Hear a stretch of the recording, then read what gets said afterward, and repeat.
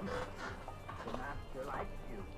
Nothing will happen to you. The master likes you. Hello, hello, hello. Let me just adjust some things here. Get things ready to go, because it is Friday night. And... well, feeling's right. Look, I'm not going to do the TGIF line here, but it is Friday. I'm glad you're all here tonight with me. Sorry for the yawn there. Long day. I'm sure you all had a long day. Right? Well, anyhow, I'm here. Peace, everybody. And we're all going to try to have a little fun. Little game time. And let people come in here because they're not ready to start just yet.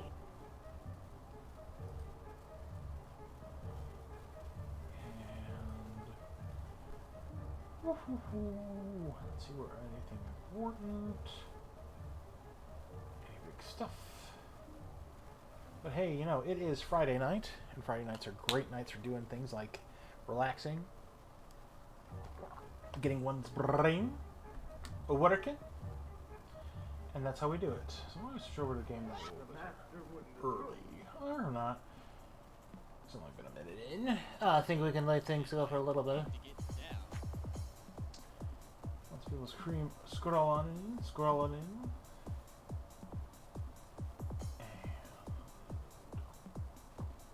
I take care of the place while the master is away.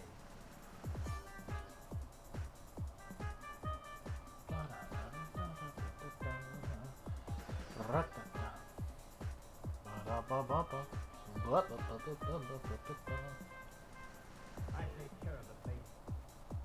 We still gotta get a lot of things taken care of here, but you know what? One of these days we'll get that taken care of. But that's not the point. It's me, Doc Ravenbe.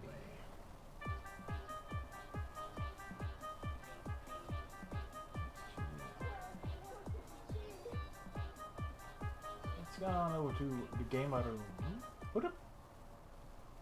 Boop. There I am. Ha! Appearing. But yeah, no, it is Friday night. I hope people are doing well tonight, this Friday. It is August 24th.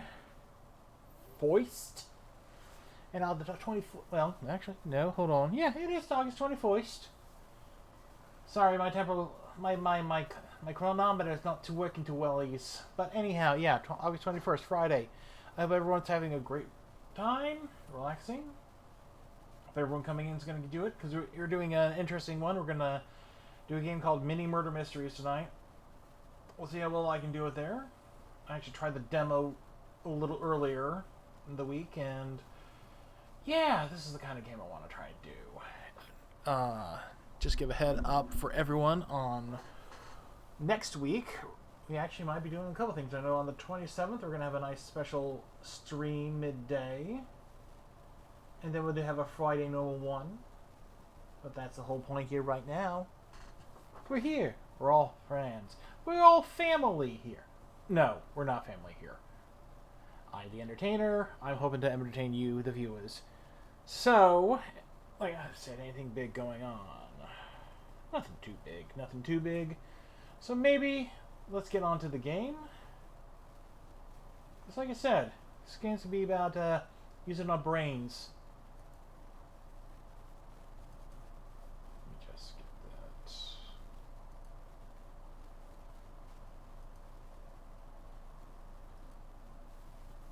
There we go. Come on.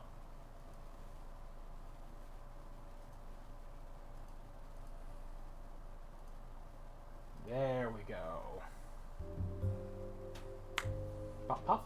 There we go. Mini Murder Mysteries. Very nice, very formative, very small. Tiny. So I'm going to have to unlock all the other ones, but we got our first case right here. So it's the old standard warnings and everything. Oh, there we go. A manor house set deep in a country estate. A lord found dead in his city. A raft of suspects. We need you to figure out what happened. Manors cost nothing. Alright, let's investigate. A rich guy pushing up daisies and a board chock full of evidence. Time to dig in and see what we're looking at here. So we got our case brief right here. So let's see. We've been called out to a huge estate in the heart of the countryside. The kind of place where even the secrets have secrets. The lord of the manor has been found dead in his study, and there's a bunch of conflicting evidence strewn about the place. We've got statements from his immediate family and a couple of other people of note. I'm not immediately sure how much we can trust any of them, to be honest. Alright, Gumshoe, let's see what we got to do. So let's see.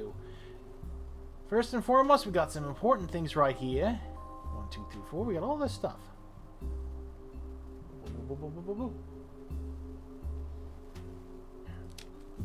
Ah, the body stuff. Okay. So, the body neck. So as you notice, we got several types of evidence. We got statements, we got the body, we got places, we got blueprints. So let's see what's here. Underneath a stiffly iron collar and a blood-red cravat, the victim's neck bears some visible bruising. Settings of the indentations, the way the markings are spread apart, clearly line up with where a pair of human hands would wrap around the neck. The location of the more prominent thumb indentation suggests it was done from the front. Can't tell yet if this was the cause of the death, but if the victim was strangled, he saw who did it. Now notice this. You gotta take it there. So, let's back. Now if you're wondering what I just did, it's Mad Libs. So this is going to be interesting. So we've got all the verbs right here. Was by his to stop his from, blank blank was blank blank by his blank to stop his blank from blank blank. So we got to get words, and we get words from all the stuff we search around. So let's go to the next piece. Face and features. The victim lies on the floor in the middle of the room, seemingly having fallen backwards over a chair near the fire. I'm not one of those for judging the dead, but this is the face of someone who didn't do a whole lot of smiling. Every feature is rigid, every line sharp. Around the mouth, there's a smattering of white powdery residue. But there's no way to know what it is. This side of lab analysis. Lifeless shark eyes stare up at the most expensive ceiling this side of the Vatican.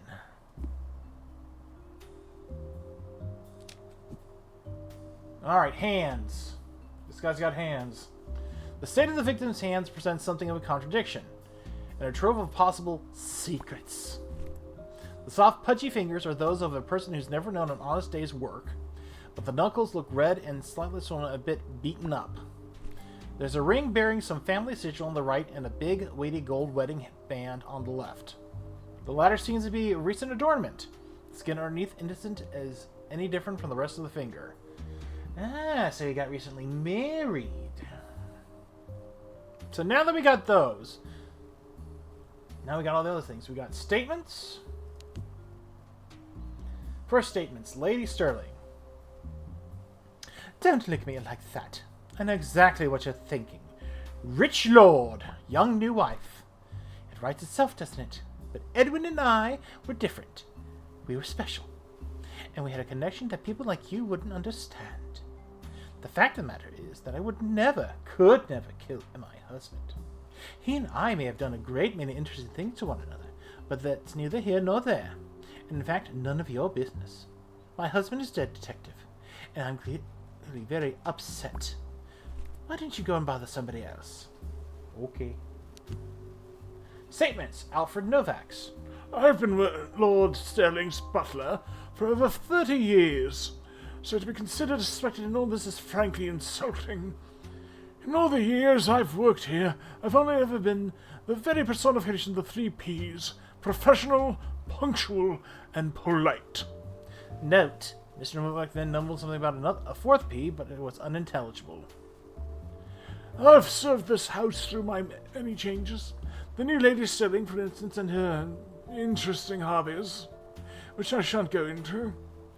But Master James trumps all, whether he ends up owning this estate or not. Protecting young James is my #1 priority. I'm not going to say the butler did it. But, you know, that option is here, everyone. Statement of Annabelle Higgins. If I had a penny for every time one of my clients ended up getting themselves killed, I'd be an even richer woman. But then that's what you get for exclusively dealing with old money types. But the thing of it is, Evan wasn't just a client. He was my friend. And he had been since our school days. So no, of course I didn't kill him. He wasn't a perfect man, but who is in this day and age? Look, if it's useful to you, I have some letters that may cover some recent updates to his will. But anything further and you'll need a warrant. I learned a lot about Evan over the years, but those secrets die with me. Intriguing. James Sterling. My name is James Sterling, and I'm 11 years old. I didn't kill my father, and I don't know who did. This whole thing has been scary and very sad, but Alfred says everything's going to be okay, and I trust Alfred. Father's new wife, Lady Mallory, keeps saying she feels belittled by Alfred, but I don't know what that means, and I don't know why she would have a problem with Alfred. He's only ever been really nice to me, and people aren't always nice. Can I go now? The boy started rubbing his arm as though he was in some pain. Okay. So we got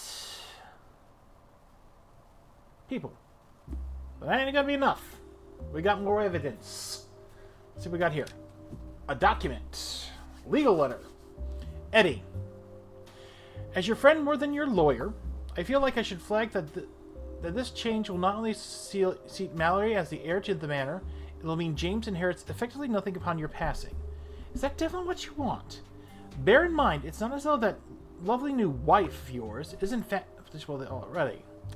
I'm fine to enact this if so, but just thought I should present things clearly. She's right about that. Annabelle does have some important stuff. Next document. A receipt. A receipt in the victim's pocket details a gear bought recently from some kind of fetish emporium. Whips, handcuffs, masks, some serious stuff here, which poses some questions more than it answers. For example, who was this lord using this stuff with, or did someone know about this who shouldn't?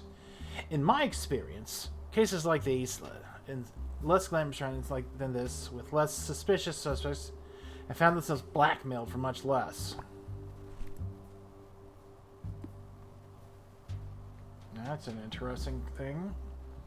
Oh, kinky. Not to kink shame, but, yeah, what do you think, Detective? Ooh.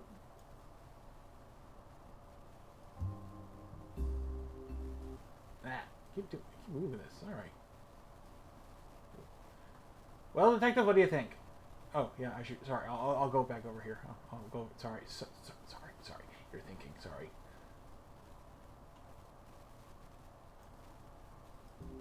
All right, let's go to the next evidence. The detective is, well, he's thinking too, so I gotta think too. Oh, the manor. A grand brick-built beast of a house, surrounded by landscape gardens and dense woodland beyond. It must be a couple hundred years old, but seen better days. It's one of those places where the money is tied up in the bricks, and the bricks are deteriorating.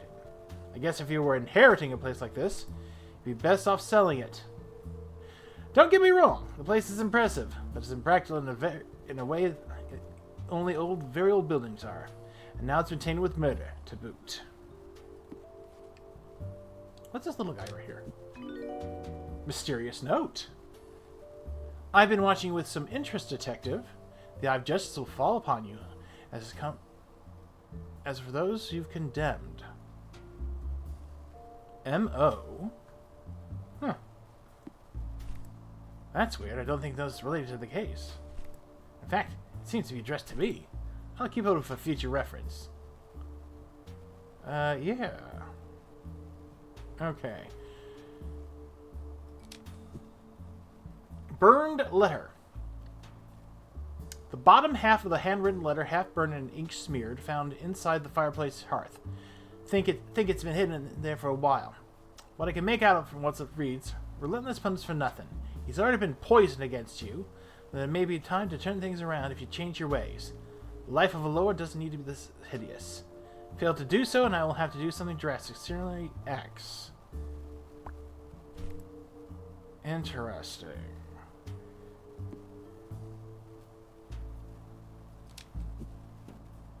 Rifle. A large hunting rifle lay on the floor by the victims. I think it may have been knocked off the nearby wall during whatever happened. It looks like it's at least 100 years old. Intricately carved etchings adorn almost every part of it, making it look more like an ornament than any kind of functioning weapon. It hasn't been fired, and it's not loaded. So it's just for show. God, I must look at everything. We're like going, We're all looking at each other like, What's this little guy doing over here? What's this with his ears? I'm trying to solve a murder case. What's going on here? That's what the gumshoe was thinking. Alright, what we got next? Ah! The fireplace. A brick fireplace stands grand and proud against the east wall of the study, with a stack of logs to one side and family portraits above it. The fire has gone out, but it seems like it was burning all night. Shattered into pieces at the bottom of the embers are what appears to be the remnants of a whiskey glass. No way to tell how it got there or when, but there are tumblers that match the glass pattern on a table in the corner of the room. A half-burned piece lies on the hearth. That's where we found the note. Okay. Okay, I think I definitely know what's going on here. A little bit. Spoiler alerts. The neck bruises, that's a red herring. And no, it's not that kid from Pup Named Scooby-Doo. Anyhow, we still got 3 things, so usually there's going to be everything we need in all the pieces, but we got to do some puzzle solving. Next up, a wallet. There's no ID in the victim's wallet, but then the ultra-wealthy tend not to need any. What we do have is a receipt up on the evidence board. £350 in pounds sterling, and a bunch of barcoded membership cards for various nudie country clubs. Oh, we're in Marriott, England. Well, that makes sense. The demo of this was done in Antarctica. Among them is a business card for one Annabelle Higgins, a lawyer specializing in estates and family affairs. On the back, someone has written, "Eddie, if you forget my number again, I'm going to shove one of these cards down your throat." Alright, we've got that one, and that one's kind of covered by that one. So let's see what's here. A framed candid photo of the Lord and Lady of the Manor laughing and walking, taken somewhere in the sprawling grounds on a summer's day. They seem happy. Less happy is the young boy in the background, the photo of presumably the Lord's son. He sits on an old swing looking at the ground, his face gloomy, dark. Having this particular photograph framed seems odd, as if they didn't even realize the kid was in the picture. Interesting. Very interesting. Alright, so this one, I think, in order to get to this, we gotta do this. Shopping invoice. Wingard's Artisanal Grocery, Sterling Manor, February. Pork shoulder times 4. Rotisserie chicken times 5. Beef joints times 1. Venison loin times 3. Seasonal vegetable hamper. Cheese wheel selection. Seasonal fruit selection. Sundries. Toilet provisions, herbs, spices, oils, milk, bread, eggs, Roadside, locally ground coffee, tea. 1,850 pounds. Ah! Well, that's the same. Wait, how did I get that? Oh, hang on a minute. No, that's not. Wait a second. January. February. There's some differences here. We got pork shoulder times 6, rotisserie times 3, beef joint times 4, venison loin times 1, seeds of vegetable hamper, cheese with selection, right, toilet provision, herbs, spices, oils, milk, bread, eggs. Tea, 1830. Roadside. Alright.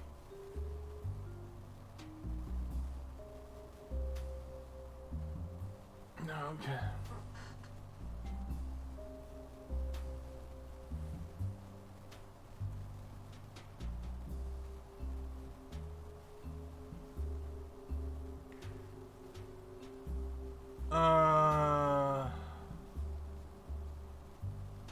Let's see here. It was definitely so. Here's what. So here's the thing. We've got all of our words.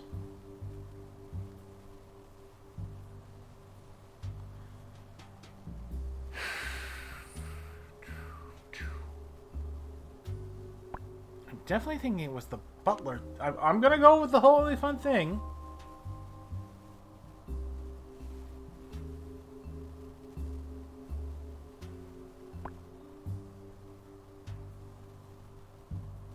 Stop his wife from inheriting.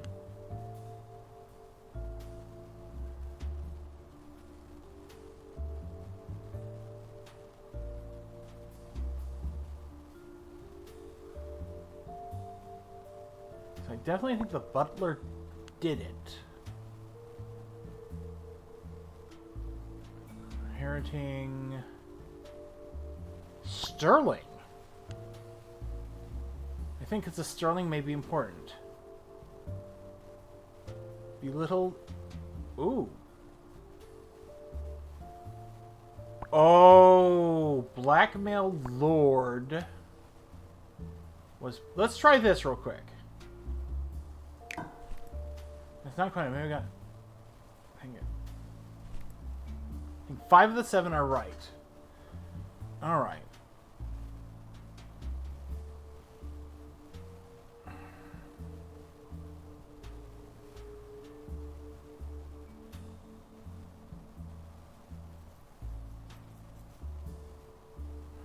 Five out of 7 right.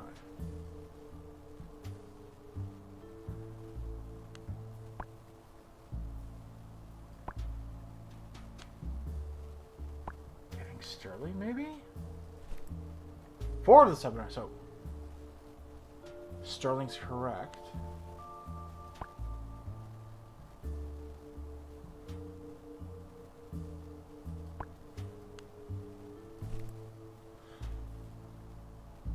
Owning Sterling. So 5 of the 7 are correct. No way, couldn't be.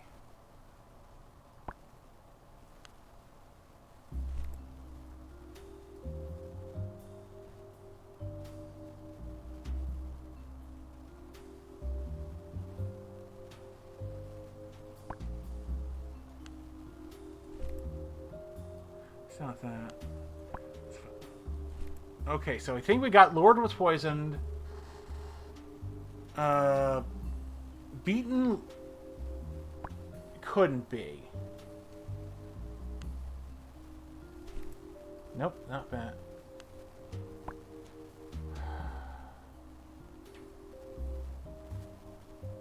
So, 6 and 7 are correct, so we know it's Lord was getting.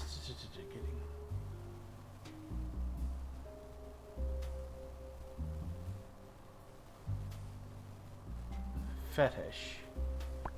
Upset Lord?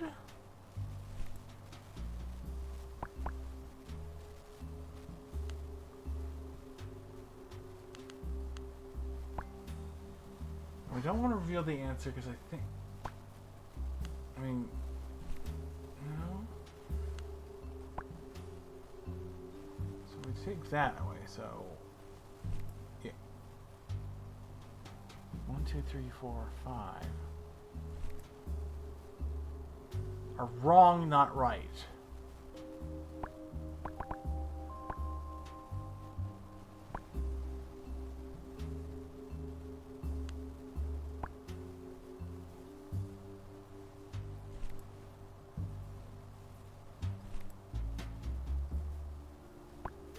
So poison's right.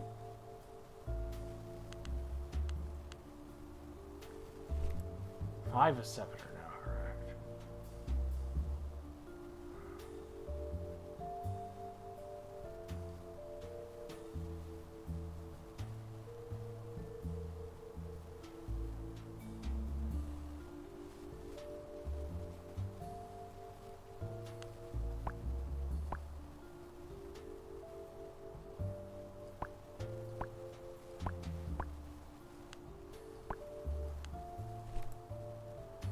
Some are wrong right now.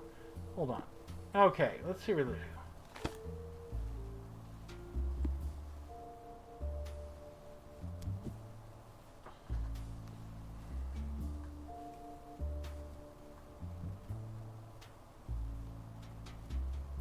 what you want.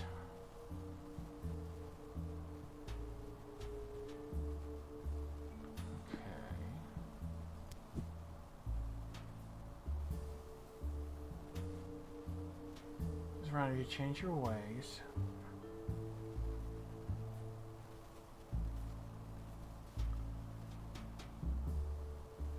Maybe it is the butler.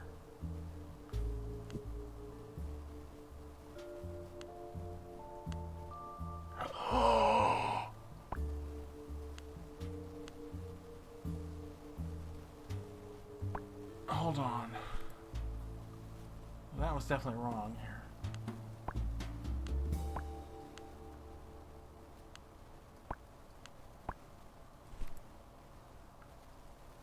Alright, so we got 7 spots here. Sorry if I'm being very silent. I'm just trying to think for it.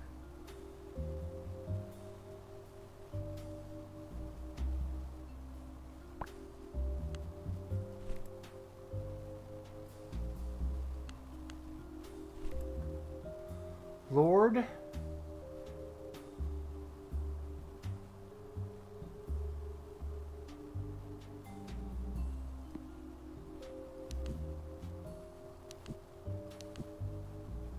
Sterling's his name. Oh, for crying out loud. Okay, Lord Sterling was poisoned. Okay, Lord Sterling by his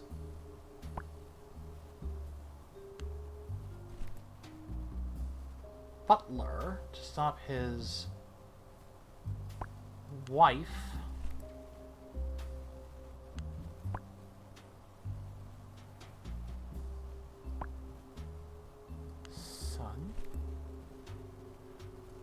From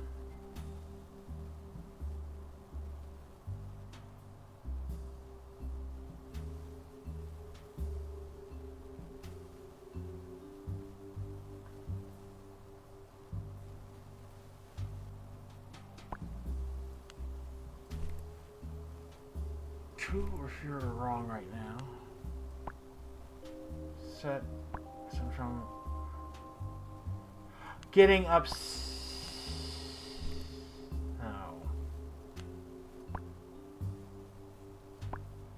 Not belittled. Okay, stop son from inheriting money?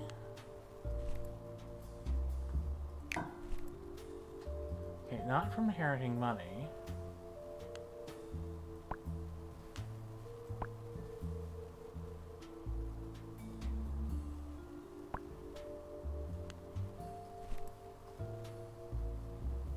Blackmail.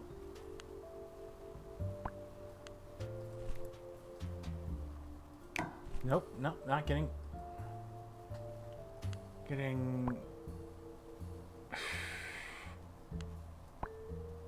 owning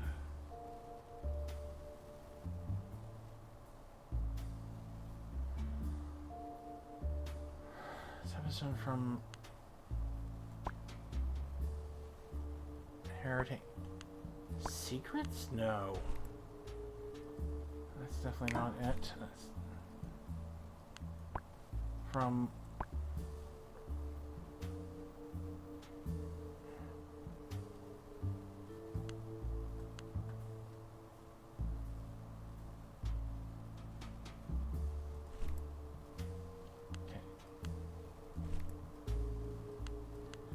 stop his son from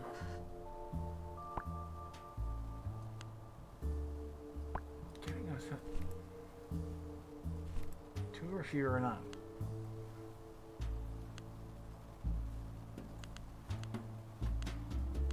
Sorry, again, I do apologize. It's Mad Libs.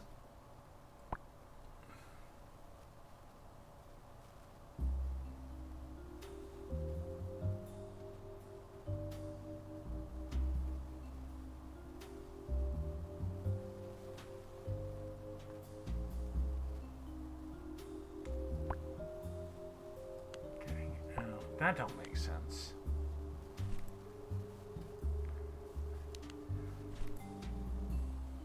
No. Oh. Oh.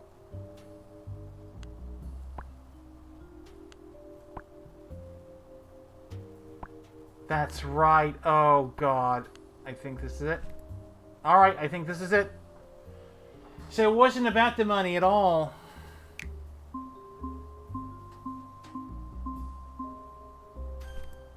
You know what? I think that was right. The button pushes Lord Sterling to protect the kid from his wrath.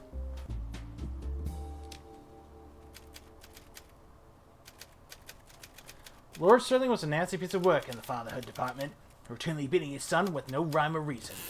Strange marks on the victim's neck looked pretty suspicious, but the evidence showed that the Lord and Lady were no strangers to a bit of bedroom rumble, rough and tumble.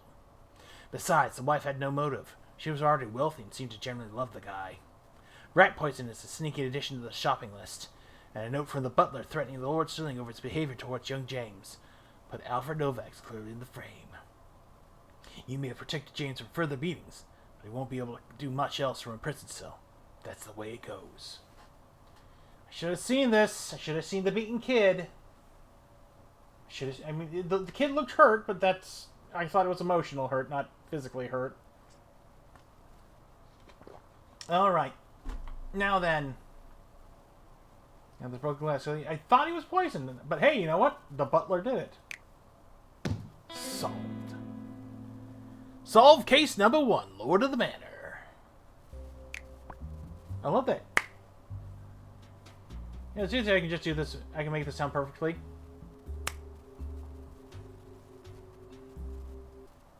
Oh, cool. So we actually get a little... Oh, we can go do a little run by. Interesting. Okay, what's our next one? Our next case. Hitting the mark. An everyday office parking lot. A corpse in the driver's seat. Evidence points every which way. Time to get to work, detective. Hello again, detective. I just came through. A big bounty out, boring and honest building, just like any other. Except this one's got a dead guy parked out front. Hi again, detective. Can I help? So we got this. I think you can actually do anything in order. Back at it again, detective. Diving in without hesitation, jumping to conclusions with all the facts. How very you. That's basically M.O. Huh. Another cryptic note addressed it to me. I wonder what game someone's trying to play. I'll keep it all this after we're done. So, obviously these are like body parts. So let's see what we've got here. First one from M. Blackwood at itssoftcloud.com to M. Blackwell at itssoftcloud.com. Sent email 1. Dude, for the last time, stop telling people I stole the Fragos deal. They weren't your clients.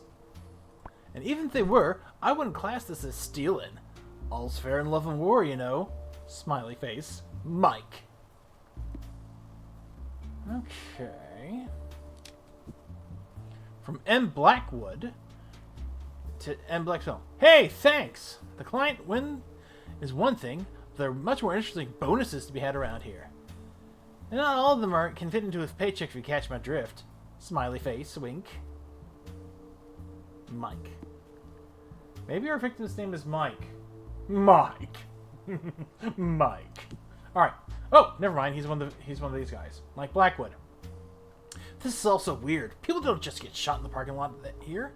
That's not a thing that happens. And yeah, I mean, look, Mark and I had a complicated relationship, but I would never shoot anybody over the odd falling out. If anything, you should be talking to Mark's underling, Kevin. The guy routinely carries a gun on his hip. He shows us different pieces in the cafeteria all the time. In fact, I once overheard him talking about how he'd like to tear the place up. Something about bosses denying him the right to bear arms. I don't go into that for that Second Amendment stuff. Oh yeah, it's America. Okay. Pamphlet. The dark web for dim... We found this in the trunk of the victim's car. It's a 4-page guide to accessing and using the dark web entitled Dark Web for Dimwits.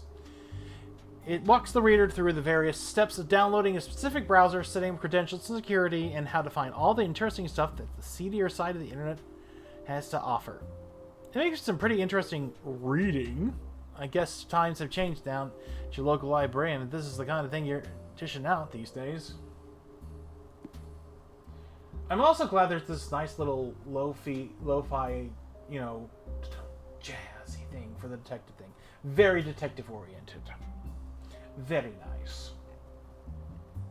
But he is judging me, isn't he, that detective? Look. I'm gonna get real honest with you.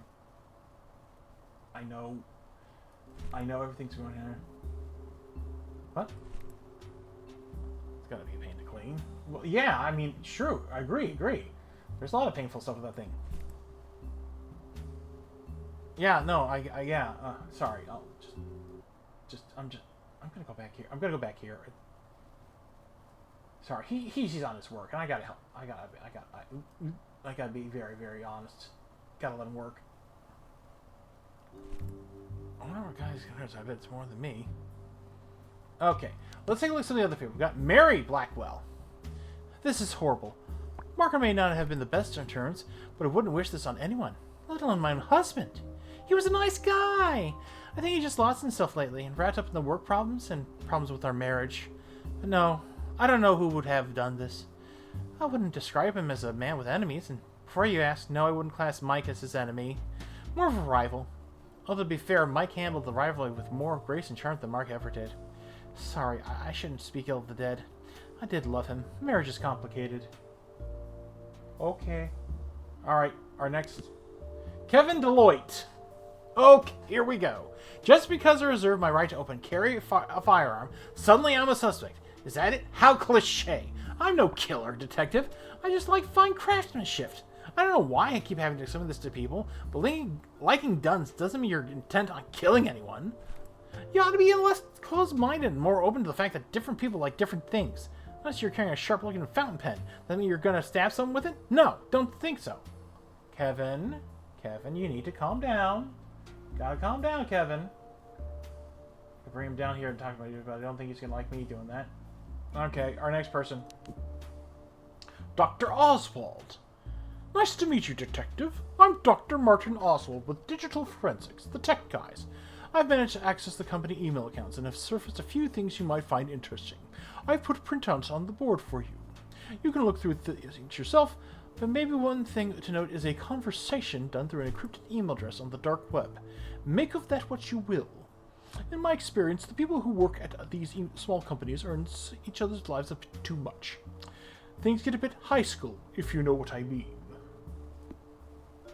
Thanks, Doc. Me? No, the other Doc.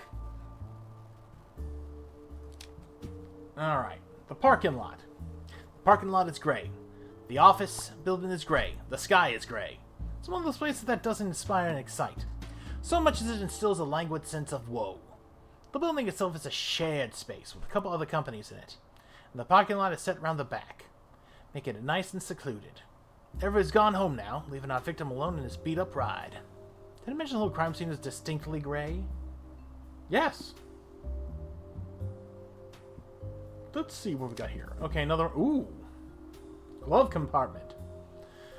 Part of the usual crap you expect to find in a glove compartment sits underneath something you probably wouldn't. An envelope stuffed with cash. Two neatly banded stacks of $100 bills, to be precise. Probably in the region of $20,000. This isn't the kind of car you own if you routinely had that much cash on you. Seems like our victim carried way more than just his lunch money to work. I wonder why. Dark web. Guy with gun. Well, actually, the most important thing is the wife troubles and all that kind of stuff. So maybe he tried to pull a hit. It didn't work out. Let's take a look at the body real quick. Torso. 2 clean shots to the chest. Pop, pop. No messing around. The blood's pooled out all over the crisp white shit from 2 holes near the heart. Whoever did this walked in front of the car while our victim parked up and fired into the windshield. You can see from the outline of the glass that the first shot and the second shot almost overlap. So this looks calm rather than panicked. Guess the poor guy would have looked like he was killed right in the eye. I don't get the feeling this was a hit. Face and features. The victim is a sallow-faced man in his 40s, with thinning hair and a little piggy nose. He looks like that guy. You know, the type. One of life's middlemen. Not the kind of face that's destined for greatness. Hold on. In fact, he has the look of a man who thinks mustard is exotic and an overdue library book is dangerous. More than anything else, it's the face of a man who hasn't slept in a while. I guess he can catch up on the sleep now. Alright, so this is a... I'm beginning to really think that this... I mean, I don't have all the evidence. We go down the solve case, but I don't think. So we got 1, 2, 3, 4, 5, 6.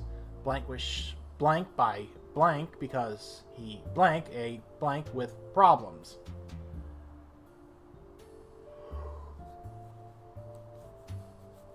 Interesting. But yeah, this is the whole thing. We go through the evidence, we gather clues. Case proof doesn't give us anything. But let's see what we've got here. Ooh, a backpack. Some lunch, sandwich, apple chips, a few papers and pens, and not much else. The victim's phone was in here.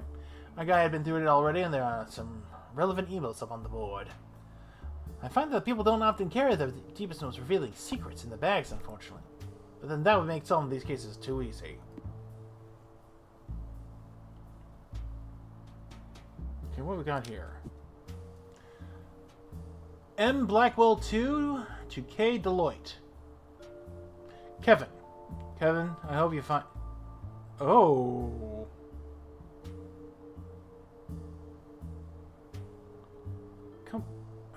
Not to allow people to brandish weapons on company property. We understand you're enthusiasm for the gun in question, but there's a time and a place, and the office isn't either. You weren't hired to be the company's firearm expert. Mary. Wait. M. Blackwell 2 is Mary. M. Blackwell. That's Mike. Mark.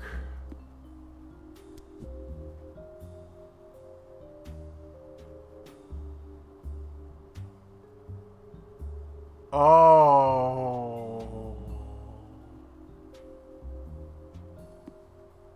Oh no. Poor Mark. Poor Mark. From M. Blackwell 2 to M. Blackwell. Mark. Let's not get dramatic here. It's just a little peck after one too many Chardonnays. It was a mistake and didn't mean anything. You and I have one problem to solve. You know this, but don't throw the baby out with a bathwater. It was over one silly kiss. MX. Oh, could this have been a botched assassination attempt? Okay, we got one more phone here. Yep. Let's see here. Alright. 2 more bits of evidence. From M. Oh, to Hitman47 at 937-557-5312.net. First of all, I'm Mark, not Mike. That's the second time you've made a weird error like that in your emails. It's making me a bit concerned. Just look at the IntelliSoft Cloud website. Head to the About Us page and you'll find a picture there. I don't want to explain this any further. Oh no. Oh no. I can't believe you've done this. I just can't believe you've done this, Stab me in the back when I'm just already in a low ebb. I know I could have tried a bit harder. I know the romance was a bit lacking on my part, but I've been stressed under a lot of pressure. That's why I had to be him. Okay. Mike. Mike was shot by killer because he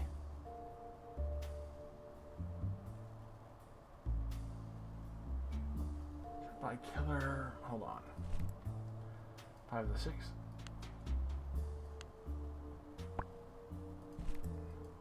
6 out of 6. shot.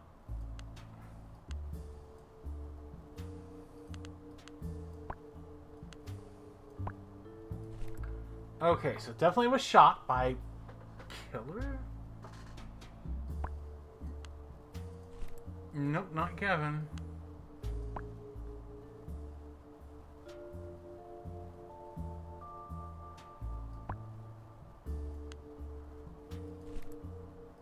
Hired a killer with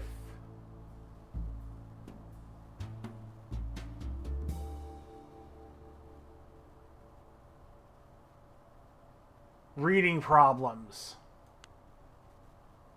And it's Mark, not Mike, shot by 2 or fewer by mistake. Yeah, this is it. I think got it.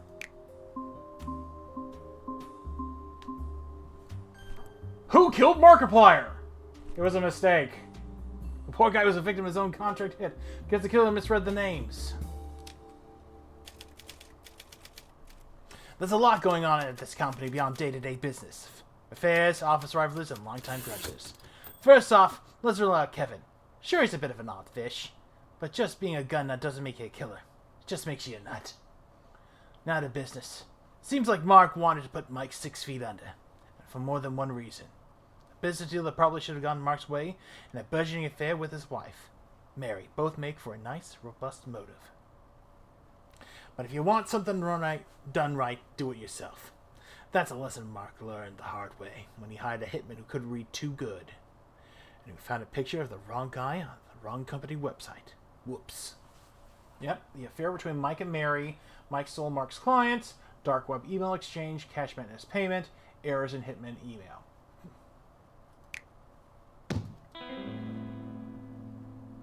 Gray matter. Solve case number 2. These are actually very fun. I do like these. I mean, this is... We got 1, 2, 3, 4, 5, 6, 7 more cases. We'll see how many we can do tonight. Let's all like this guy. I like you. I like you a lot. I like you, mini detective. Okay, I'm gonna stop being a little weird here. Okay, our next one. There's all the pop noises too. Dealt face down. An exclusive penthouse card game. A body on the sidewalk below. Suspects with world-class poker faces. Let's flush out the killer. Falling to your death at a fancy poker game, huh? I guess the stakes are too high for somebody here. Alright, so we got the night. Oh, I love the theme for this one. I love some of these themes for this. So let's see here. Let's look at these statements. Yes, indeed, Tomanaki. It does look indeed very, very mysterious. But this detective and I have got things on the down low. Let's just see what we got for suspect your autos. Statements from Grayson Matthews. Well, I've been coming to this place for years, and it's always been such a safe place. Quiet, peaceful. Just friendly poker games with some high-flying people, you know? The women here tonight were kind of threw that vibe off somewhat. Obviously, it's tragic what happened to Verity. But I look at Jeanette if I were you. She more or less threatened Verity. Something about them being old school enemies? I wasn't really solid. It. I just focus on the cards. You can never be too focused on your cards. Bad things happen if you don't pay attention. Boop. I'm just going to steal those words. Statements. Jeanette Wilcox. Yeah, that's right. Jeanette Wilcox. Entrepreneur. You may have seen me on my episode of 59 Minutes. Well, anyway, I'm not sure what happened to her. Gonna steal those words. She was very drunk and went outside and she fell, I guess. I mean, no secret the fact that Verity and I knew each other. But that she was pretty nasty way back when. But that was a long time ago, and I'm not so petty as to kill someone for being a bit of a bully 20 years ago. I'm a successful businessman now. I don't live in the past. Just love this nice little, detective jazz beat. Very nice. Luther Bastion? Just awful. I can't really believe it. She was here one minute and gone the next. If you ask me, she slipped and fell. And no more complicated than that. And I say that because though her game didn't suffer for it, Verity was very drunk. A bit embarrassingly so for a venue of this caliber. I think he even warned her that she ought to slow down. But then, everyone was drinking. Mr. Matthews comes caught helping himself to the liquor behind the bar at one point. This place used to have some class and decorum. I suppose those days are over. He has that kind of voice, I think. Connor Lewis. Can't lose. Oh, wait, that's Parker Lewis. This is literally my second shift here. It's probably be my last. That sucks because the tip these rich guys hand over are insane. Look, man, I get it. It's sad that that lady died and everything, but I need to pay rent. Brother, I understand completely. Mr. Mahmood is going to blame me for this. I know it. The poker game is his baby. And I'm guessing having the players tumble off the balcony isn't part of this game plan. And no, I don't know what happened. In fact, I haven't even been out on the balcony all evening. I can't find it in my pass anywhere. Like Zoink Scoob! Alright, we've got our statements. We could take a look at the solve case, see what we're looking at. Oh, no. Something, Verity because she was something. Alright. Let's look at our pizza. Face and features. There's not much of a face to look at, to tell you the truth. You try falling 40 floors onto the cold, hard concrete and we'll see how your mug looks. All I can say for sure is that the victim had been drinking. She stinks of booze, even without being able to breathe. Guess you never know what a drink's going to be your last. A sobering thought. Number 2. A cocktail drift that might not have been red to begin with is now nothing but. No ID to speak of, and nothing much to go on. In terms of distinguishing features, unless you count being part human, part sidewalk as a feature. There's an ID pass, though, labeled 005. That's all she wrote. Number 3. Hands. No wedding engagement ring. There's also a garish big bucks watch on that left wrist. Kind of thing that looks like its weight the same as your average house brick. It's been smashed, probably on impact. At the time it stuck at 10:17. That might be useful. Alright, we got our time of death.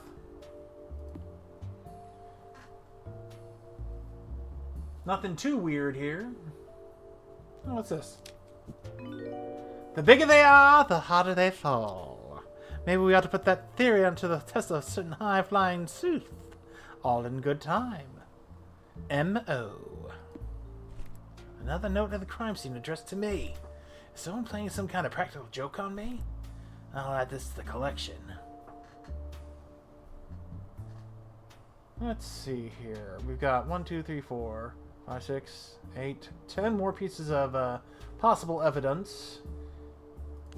Unfortunately, we only have this many words. Now, she could have probably just fell out. I mean, the first 2 stories were just quite silly. A butler killing his his boss because he was beating his kid, and then a hitman tragedy because the hitman couldn't tell the difference between Mike and Mark. But that's the whole point of these things. Let's take a look at this big piece. Floor manager Ahmed Mahmood. On shift, Connor Lewis. Balcony door passes. 002, management. 003, staff. 004, Grayson Matthews. 005, Verity Jones. 006, Luther Bastion. 007, Janet Wilcox. Notes. Do not sit Mr. Jones and Miss Wilcox next to one another. Mr. Bastion likes to sit with his back to the balcony. No dealer. Guests like to deal themselves tonight. Interesting. So we had 4 players.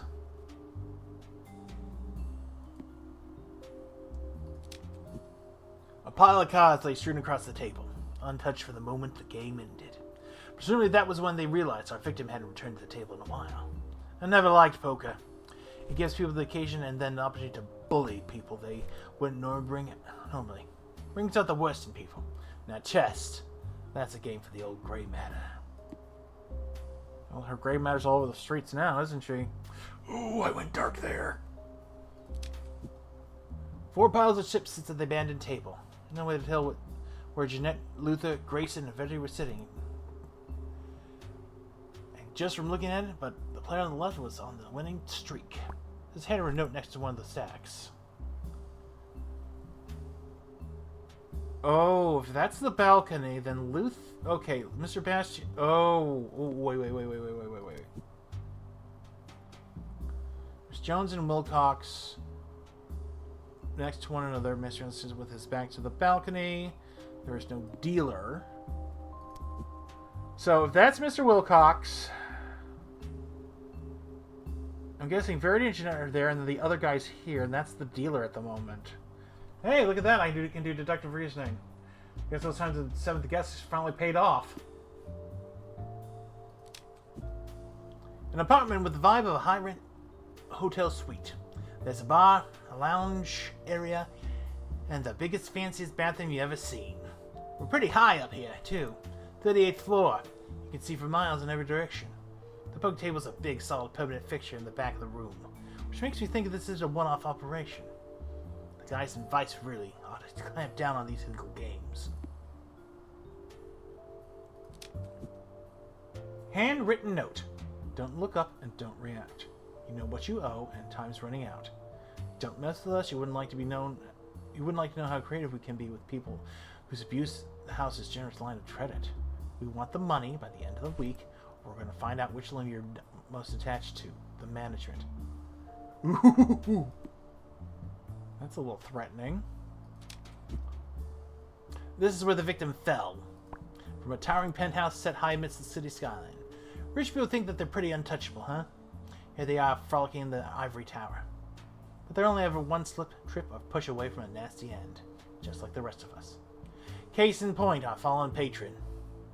The time down on the sidewalk says it's not a pretty sight. The team down on the sidewalk says it's not a pretty sight. And I believe them. I wouldn't look too great after falling 3 dozen floors either. Note from manager. Connor, I know you're new here, but I don't want any mistakes tonight. These aren't your common or garden nobody guests. These are mostly elite, successful sharks, so treat them as such. That said, we make our money from the table and the drinks, so don't let anyone serve themselves. And don't mess up the balcony passes. Simply hand them out according to the list on the staff sheet. Good tips in this if you can stick it out. Everyone's been at the sauce here. One of them's more than the others. And there's a side table with an empty glass on what used to be a bunch of fancy cocktails. Silly umbrellas, fishbowl tumblers, long straws. You get the idea. Must be nice being rich enough not to worry about tomorrow's hangover. Unless you liked watching The Hangover. That was actually an interesting movie. You'd think these off-the-book sellers would want to keep their hands under the radar, right? But here we have a genuine printed invitation to tonight's poker game. On high-socked paper, no less. There's a list of rules and no-nos, as well as a pretty silly tagline for the event. Privilege of few, the envy of many. You have to buy the old-school approach. Can't read all that stuff. Our last bit of evidence. It's a digital door log that records people going out to the hallway and back in. The door is only open when the pass is pushed against the NFC reader. Digital door balcony log balcony 402. 5, 7, 3, 6. 7, 3, and 6. Staff.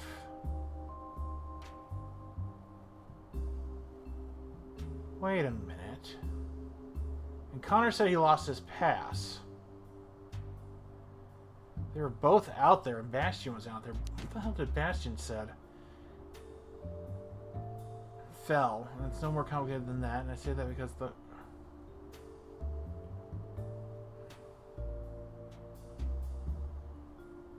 God help himself to look around there at one point.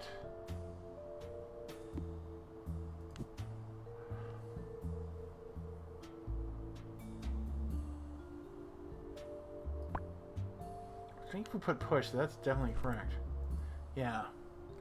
I'm thinking, even though Skull Spirit, even though she said it, I think Janet did this. Nope. I guess she didn't. Luther?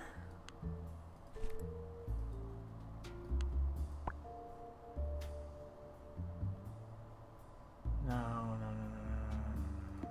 Hold on a sec. Luther Bastion. Couldn't be Connor. She was... No.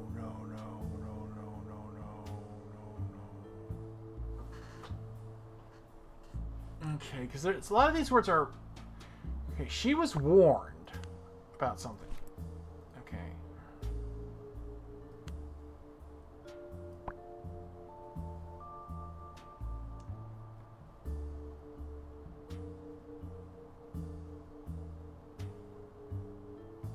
Grayson, no.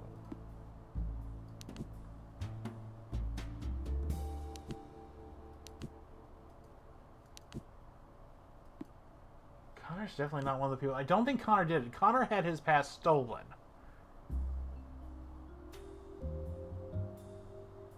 Oh, it was Grayson. It has to be Grayson. Yeah, Grayson pushed it. Grayson stole the pass. Grayson stole the pass. Look, I know I'm talking in front of this guy. He's thinking real quick here. So the funny thing is, you're going to hear him talk about stuff. Heights make me feel funny. I bet they built up one hell of a bar tab at this place. Okay, so no, Grayson Bushberger, she was...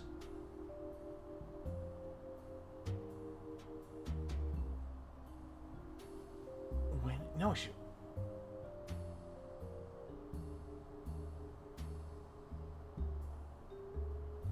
Threatened...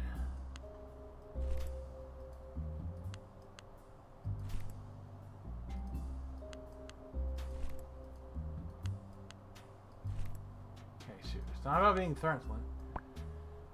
She was warned.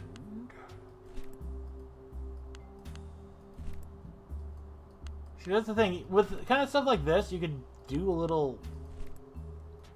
So warned and threatened was that. Hold on. Let me take a look at the table real quick.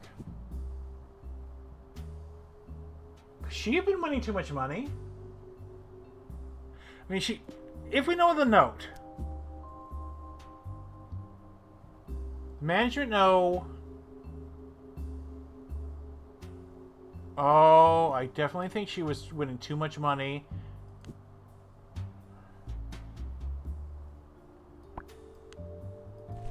Yep, I knew it. Winning.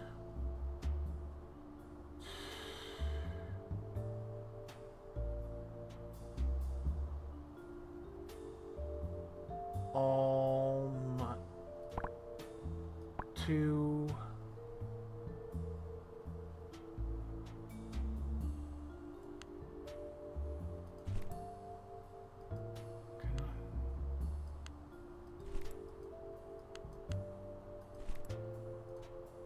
okay. She was winning. Yep. And could Anne be this? Nope.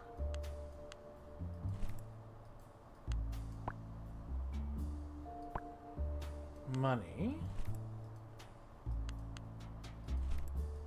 Oh, so money definitely is the last there. Okay. Winning.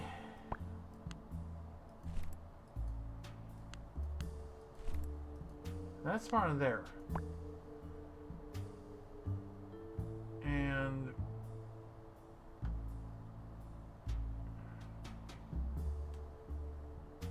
all his money! All his money! If this is a private dealing, he's... Ha-ha! I love it! Ding, ding, ding, ding! Pure greed. You know what? I think that's right. Grayson needed this win, and Verity was running away with the game. Verity Jones switched from balcony on the 38th floor, which doesn't make for a very pretty scene down at the ground level. I guess that what goes up must come down, even high rollers. Verity and Jeanette may have had long-standing beef, but enacting revenge in such a showy way would be too crude, too obvious. And as always, the devil's in the details. Like a note flipped to Grayson Matthews pressing urgency over his gambling debt. Had he won the poker game, those debts would have been easily paid. But he was losing his shirt to Verity, and that had to stop. So Grayson went behind the bar, stole the waiter's pass, and acted fast while it was just him and Verity outside. Nasty way to go. Oh yeah, these are some fun things. I love a good mystery. Oh, yeah. 4 of a kind. Solve case number 3.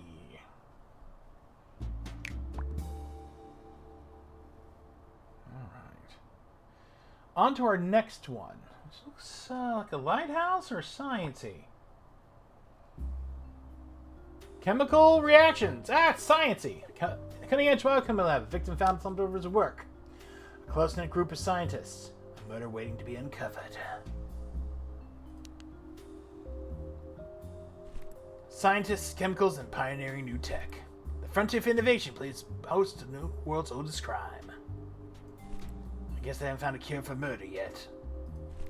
People in lab coats make me feel uneasy.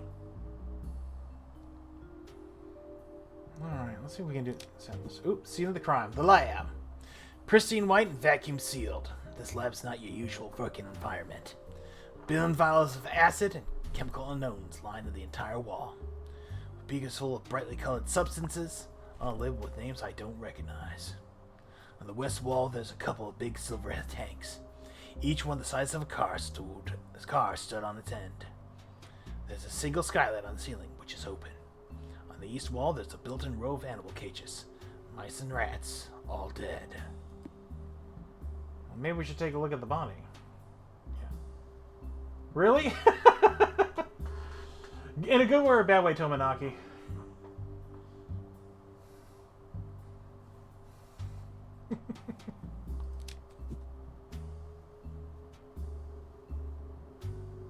Alright, let's see the torso. The victim has collapsed over one of the workstations with no blood and no signs of any real struggle. Ah! Good. Inside a pristine lab coat, there's an ID that confirms him as one Dr. Peter Lorne. A handful of cash, and a few sticks of gum.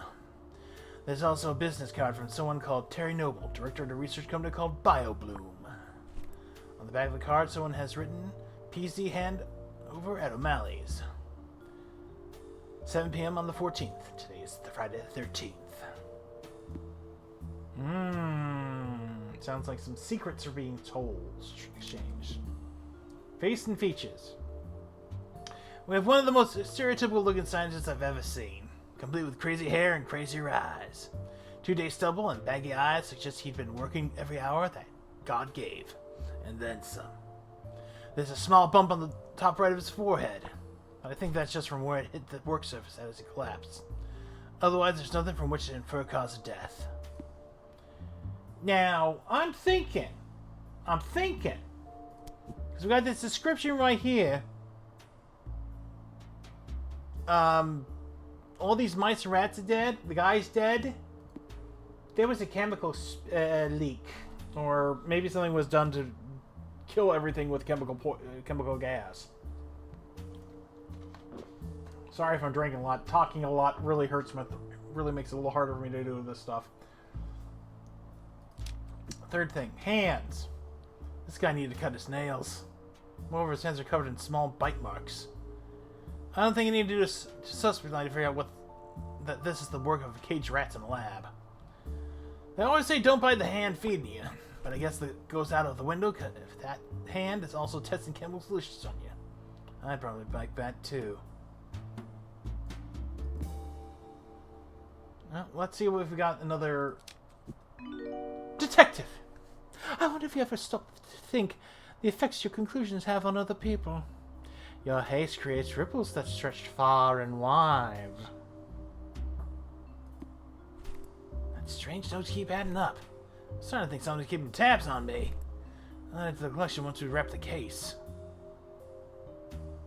Yeah, deadly neurotoxin.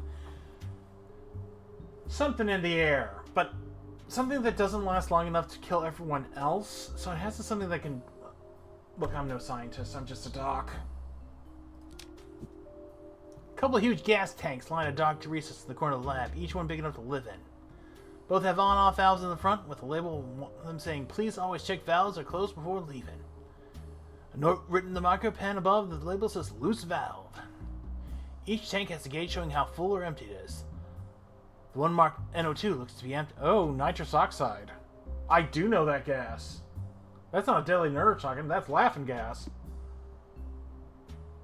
Is that?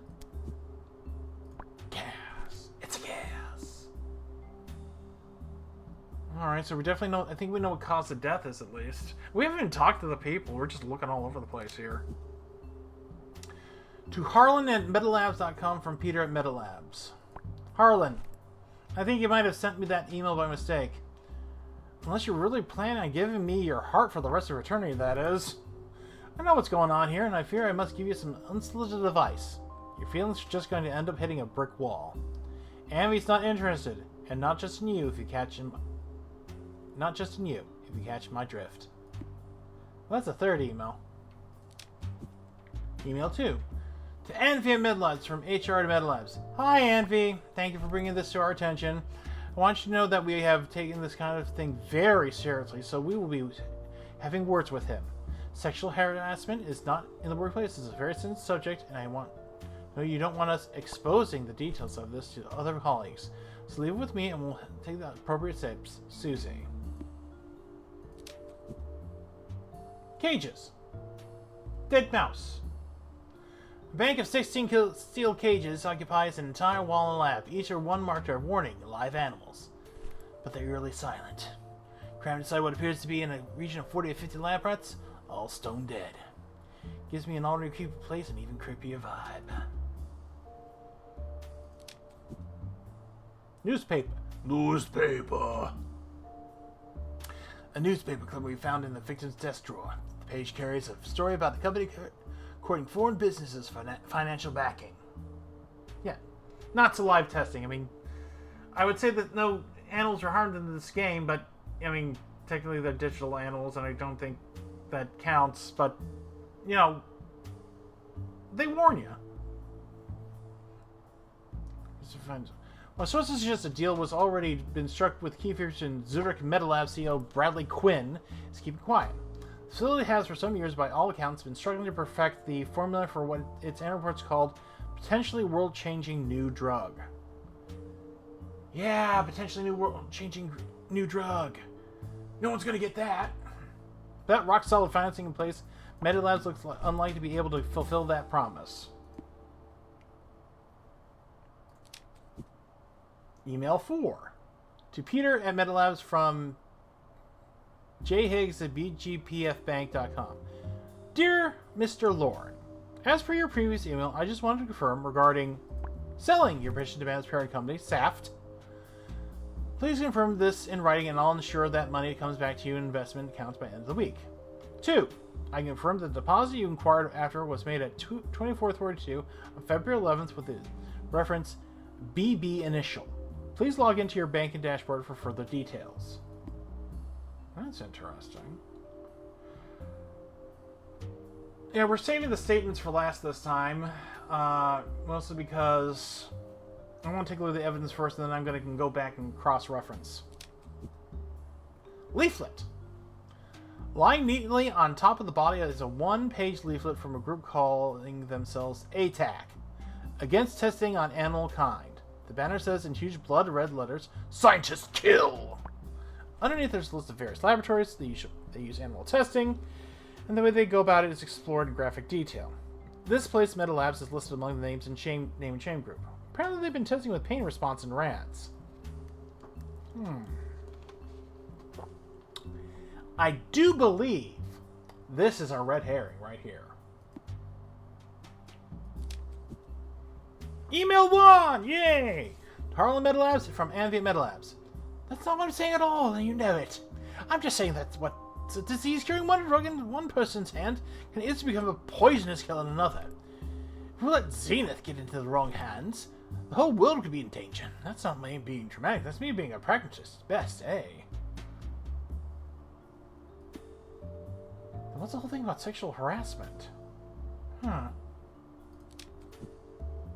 A communal whiteboard hangs on the far wall covered in weird formulas. It's also got a grid divided to... Sorry. Divided days of the week. Monday. At P, a man named Terry called. Said, you know what it's about? A. Tuesday. Need new project on for the latest trials. Just we move to the Z Woods now. At P, borrowed your lab coat. Thursday, I'm heading out early today. You two lock up. Harlan.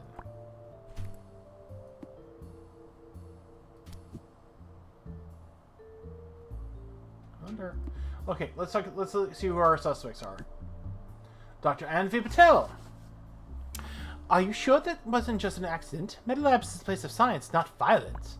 And Peter was a well-respected colleague. He was well-liked by everyone. And no, I'm afraid I can't really go into detail on what we were working on. We're all under NDA for one thing. But moreover, the nature of our work is highly secretive. It's important. And that means that what goes on here absolutely has to stay within these walls. All I'll say is this. If we achieve what we're trying to achieve, it could very well change the world. It's a shame Peter couldn't have been here to see that.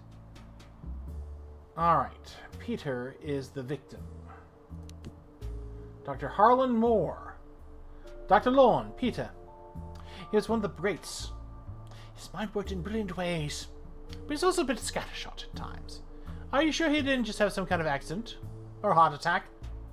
Ask you a question about who was the last person in here yesterday. I'm honestly not sure. When we're all wrapped up in our work, it's hard to see the wood for the trees. I know that Anvi was the first in this morning. She discovered the body. I saw you interrogating her earlier. You guys ought to leave her be. She works very hard and cares a lot about her work. Harlan. We had emails about this. Pauline Bowers. Look, we don't wish anyone dead. But the people in that lab should all face some kind of retribution for what they subject those sports animals to. ATAC sounds scary, but it stands for Against Testing on Animal Kind. We're just activists. We're not killers. Use your common sense here, detective. Anything that might read like we actually threaten anybody is always just a shock tactic. Red paint on the walls, fish heads in letterboxes, that kind of thing. Metal Labs and Anuchem, BioBloom, these companies are evil. It's up to us to make them change their ways. Oh, it's our activist lady. I'm surprised they didn't make her look more shocking hair, but, you know, that's stereotypes and we're not into that. I think it's... I mean, this kind of looks like a young Hillary Clinton with brown and green hair. That's all. I know, weird thing to say. I'm sorry, the guy who has black and red hair. Dr. Oswald! Good to be working with you again, detective. Digital forensics is on the case. This one's a bit of a mess, to be honest. These scientists will email each other deeply personal stuff one minute and seriously dry chemical annotations next. But we've done our best. I've printed some emails out for the board that look relevant. There'll probably be more in time, but then you never needed to wait for our case, full reports to close the case. Oh, and one of our guys found a weird note that seems to be meant for you in his pocket. I pinned that up too. Okay. So I'm thinking the activist is the red herring. Herring here. So let's see. Blank used blank to blank blank. Stop him from blank blank blank to blank.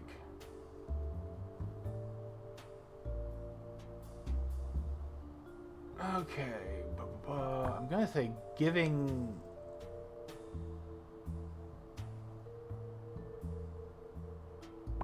Zenith?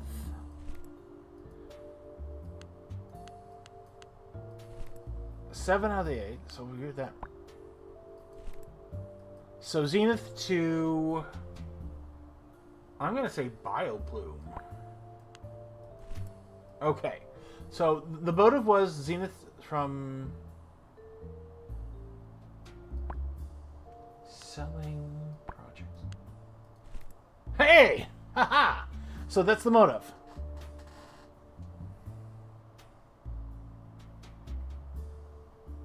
So gas was definitely used. Alright, so we're down to 3.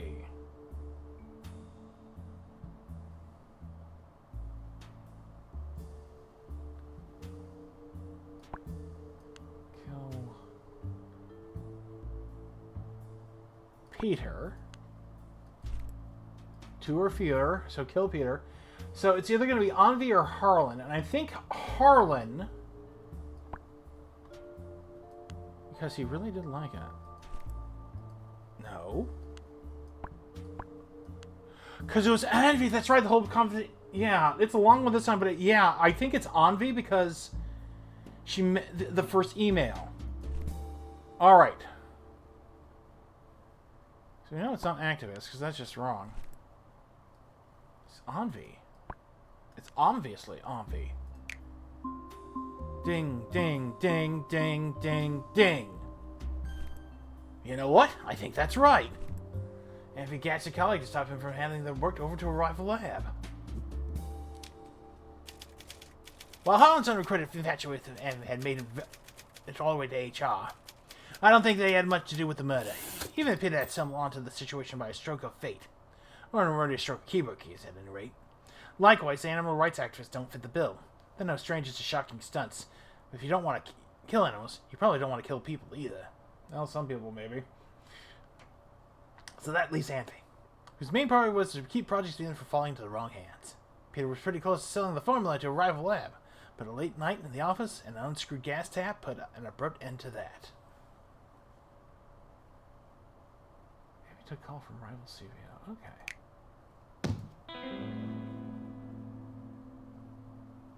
Solve case number 4. Scientific breakthrough.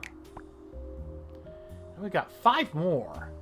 What the interesting thing is with these notes.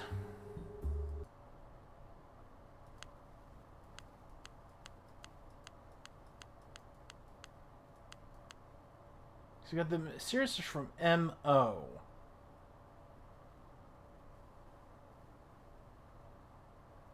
Stretch far and wide.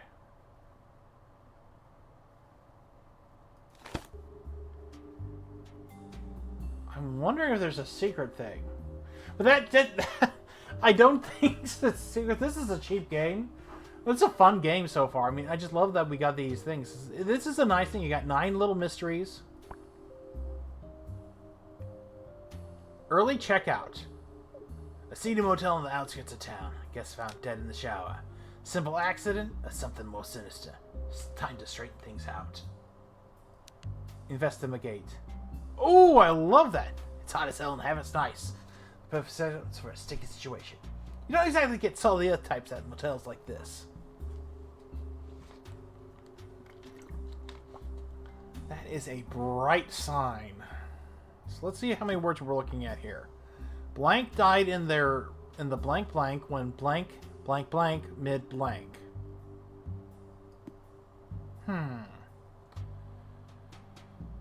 Well, let's start with statements first. Marta Kaminsky. I don't know much about the guy. He was just another anonymous guest in a long line of anonymous guests. The maid said they found him turned down, but I sent her home as she was in shock. Look, I get it. This is just a 1-star motel, not the Ritz. That doesn't mean it's a hotbed of murder. You say you found the guy in the shower? Sounds like he probably just slipped and fell. No? Sad, but it happens. Maybe it's this heat wave. Makes people dizzy. Makes people careless and act crazy, you know? So that's the owner. Tony Farrow! 1 minute I'm sleeping in my truck. Next minute I'm huddled out here answering questions about some dead guy I've never met. When I crash this truck on the freeway tomorrow, it'll be because you guys kept me up all night. My movement's minimal. I'll pull up here around 7 p.m. Marta lets me park the truck and snooze in the lot. Anyway, it's hot as hell and I'm tired, so I land on the sleeper and crash out. Then poor Tony here gets his ass dragged out by the little pipsqueak boy in blue of yours. He's lucky I didn't knock his, you know what? Never mind. Pardon me. Very text intensive. Sonia Ferrara. I never robbed the guy, okay? I just found his wallet lying around and I thought to myself, maybe I should pick that up in case it helps. If the guy was killed, then I don't know anything about it. But if I did hear raised voices out here, it sounded like some big argument. I can't say much more than that. I was with a client at the time. Don't look at me like that. Girl can't make an honest living. Professional copulation is the oldest job in the book. Oh, God, I think I know where this may have gone here. This isn't rigged to feel like me, you know? So sometimes the girl's gotta use the gifts God gave her. Officer Bolt. Hey, Detective. Nice to be working with you. I was the first one on the scene, and it looks like this guy punched his ticket in the shower to me. But I'm no expert. That said, I've been over the scene and organized a couple of things while I was waiting on you. First, I found the Vic's wallet on the person on one Sonia Ferrara. She's given us a statement. I also pulled a partial print off the victim's room key. It doesn't seem to match his own, so I'm taking prints from a few people around here just in case that's helpful. Oh my, indeed. Yeah, mid this, but I don't think mid copulation's gonna be that. Okay. I just love this design for this thing. It's like right around here. Right around here. It's beautiful. It's just beautiful. They really do have this whole thing. It looks like a seedy, rundown motel. Alright, the key to the victim's room. Found on the table just inside the door. It's room 110, ground floor, on the main road facing the parking lot. All the rooms are the same inside and out. A bed, a TV, a small table, a chair set, and a bathroom in the back. Officer managed to pull a partial print off the key. One that doesn't match those of our victim. By the way, I'm gonna say this right now.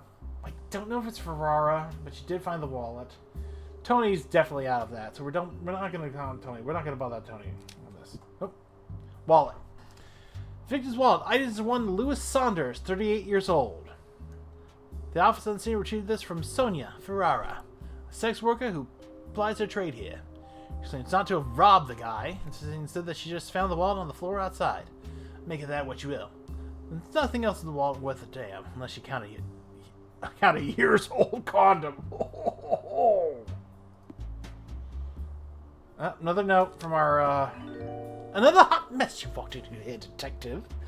You know, you could wait a while until you have all the facts before you just go running in, all guns a-blazing. Just a thought. Is our secret admirer the kind of person who just doesn't want me speaking this? A fifth cryptid interested me. There seems to have some kind of grudge against me. I'll keep this one with the rest. I wonder if that's going to be like a bonus puzzle. Because this is cool, because we have someone who's like... Maybe he's not happy that we're solving these things. Logbook. No-till ledger. Lots of names in here. They all seem funny to me. Half the guests in this book are dead presidents. Even Tony the truck driver pops up a bunch of times, despite the fact that he sleeps in his cab outside. Combine that with the surplus of available rooms, as suggested by the number of keys in the lobby, and say Marta, the manager, is falsifying her records, possibly laundering money. I'd say that's not connected at all to this or not. We should probably take a look at the body. Torso. The body lies face down and naked in a grim, dank shower.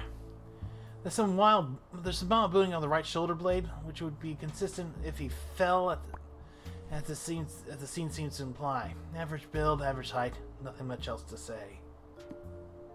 Number 2.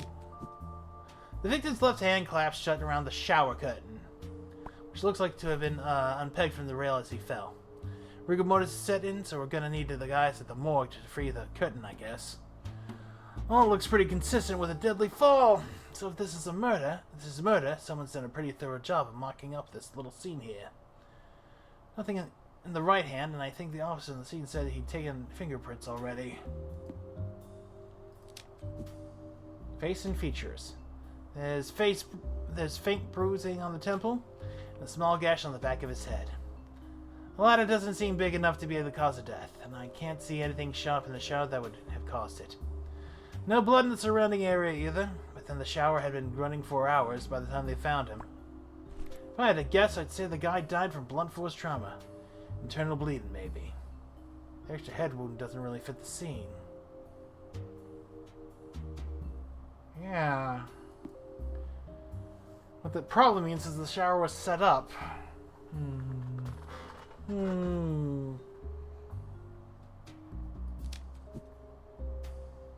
Officer Bolt's taking prints from people out in the street. Out in the lawn. Interesting. We have that partial.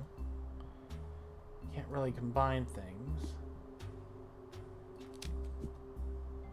Icebox. There's an ancient-looking icebox nestled into the corner of the lot, where the front row of doors meets the one on the left. A stack of buckets is piled next to it. Big old thing, taller than me. Empty too, which is perhaps a surprise given how hot it is. It's difficult to see in this light, but on one side there's a small dent and a splotch of what could be blood. Could just be Rost. Wait a minute. Ooh. I think that might... Well, that might be the murder scene. The lobby smells like damp, badly masked with car air freshness. Plastic plants flank the room while murky wallpaper peels on top of them. A blinking strip light buzzes overhead. The front desk is protected by an inch of bulletproof glass, which I guess paints a pretty clear picture of clientele. There's shelving on the wall behind it with room keys on the hook. A lot of hooks, a lot of keys. Not many occupied rooms. The truck. The front end of the semi-truck is beached across a few of the motel's parking bays, sans cargo bed. It's one of the only handful of vehicles out here, and it's just sitting adjacent to the front rows of the rooms. Usual stuff inside the cabin. Fast food wrappers, and big gulp cups. Change of clothes in an empty motel ice bucket with a dribble of water left at the bottom. We've already got the driver's statement on file. The motel. This place is a real cockroach kingdom, the kind of place you only say that if you really pushed you into it. Or if you're just the right kind of lowlife, I guess. The rooms are arranged in a horseshoe shape around the forecourt, with a stairwell at either end to access the ones on the second floor. The lobby's bolted onto the left-hand side as you look at the doors. Not for nothing. It's sweltering out here. You can almost smell the asphalt melting even at this hour. I do apologize if my detective's voice has gone down a different way. It's really murder on my voice. We found this in the victim's pants pocket. It's his business card reading Lewis Saunders, Business Fraud Investigation, Bowls and Auditing Insurance. I wonder if Lewis had business here or if he was just staying here for the ambience. Either way, it looks like it's my turn to do the investigating.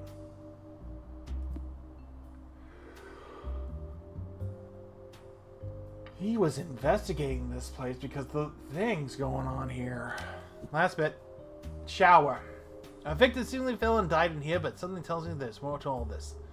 The bathroom itself is in a state of disrepair, as I bet all of them are. Tiles have fallen off the walls, and that was once a white floor is now the color of a smoker's fingernails. I love that alliteration, that little mental image. Ugh. I'm told that the shower was still running when the maid found the body. Guess he's been in there for several hours at that point. If this was a murder, there's no real evidence to go on in here. Probably because that's not where the murder took place. Tony Bubala, my friend, my buddy. Did you do something wrong? Because I think you may be helping Marta here.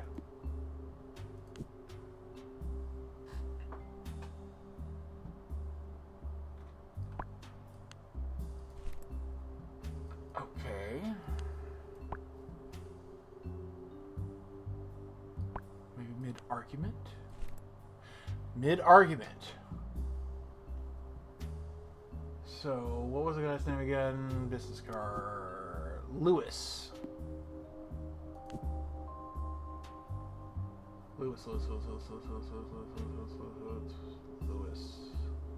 Lewis. Okay, Lewis died in the parking lot when Tony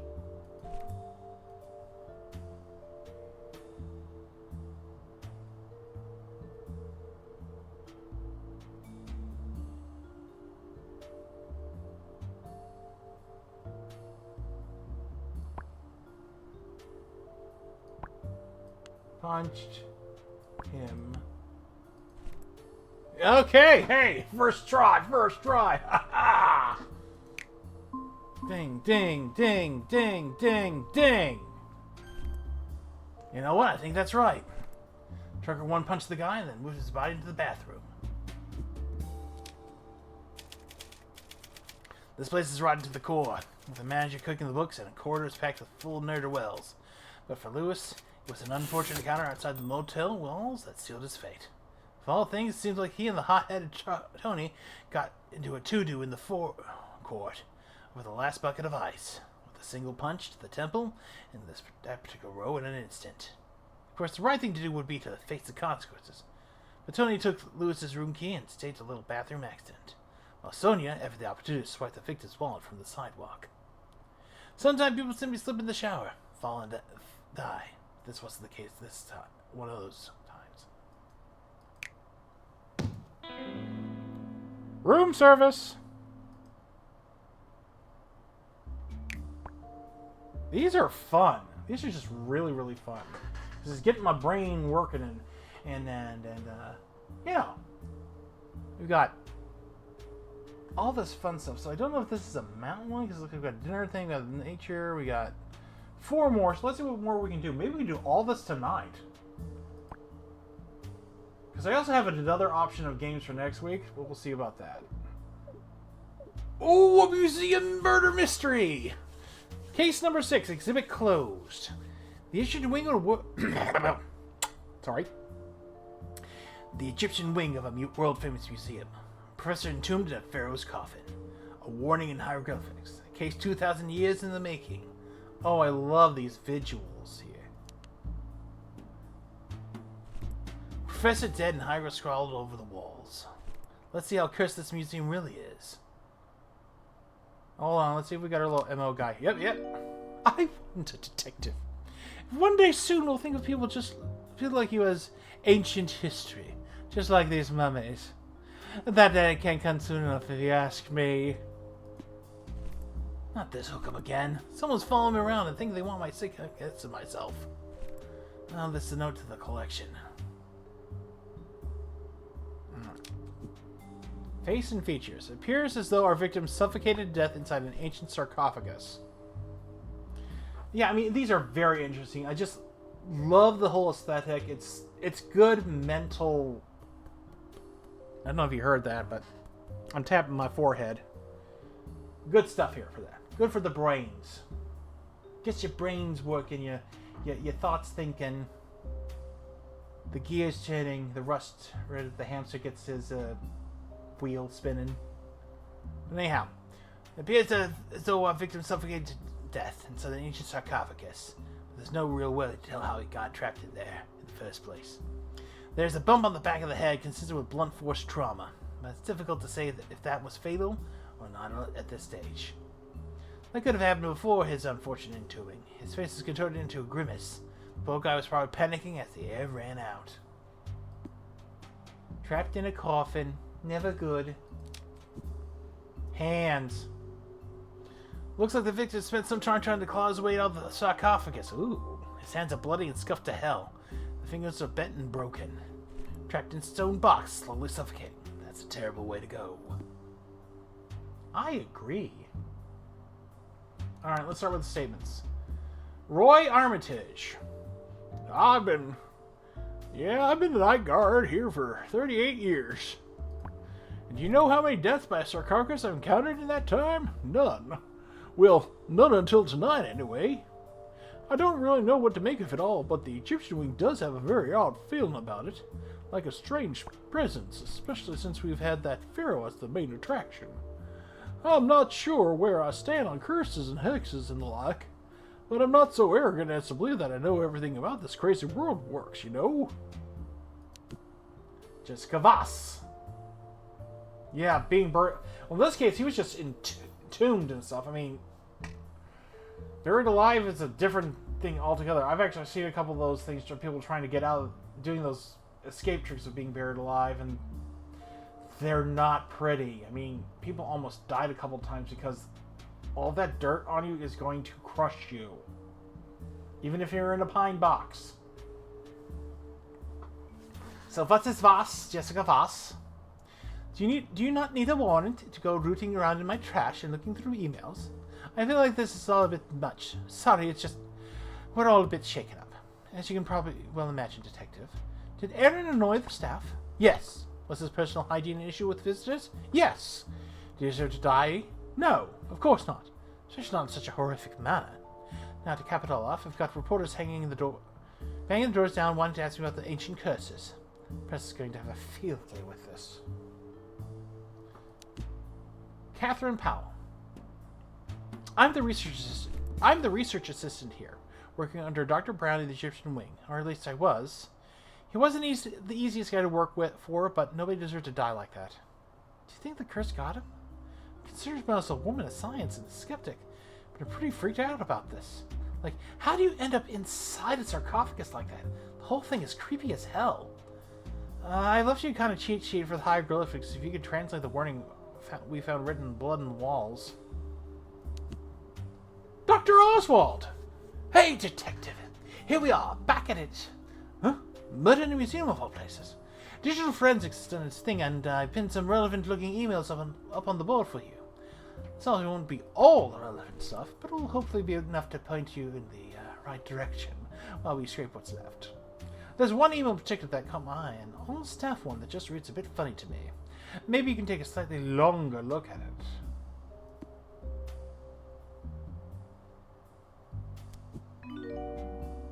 I wonder if that MO is that.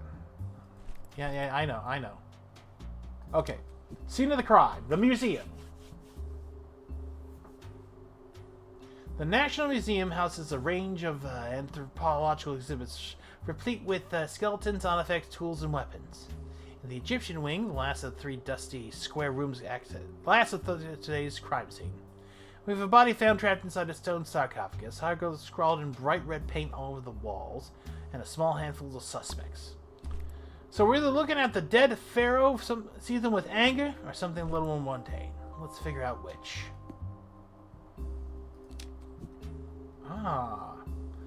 Talk of some sinister curses, all thanks to the hieroglyphs found painted on the walls in blood red paint. Okay, I think the curse is a red herring. Oh man, I'm going back to Call of the Elder Gods. Gods of Egypt. A flyer for the current exhibit in the museum's Egyptian wing, promising a treasure trove of unique ancient artifacts. The star of the show is newly excavated sarcophagus, which was used by Pharaoh Zom III. The pharaoh's body is currently undergoing study in the museum's research department, but the coffin itself is a sight to behold. The flyer notes that this is the largest collection of wares from the ancient world in the Western Hemisphere.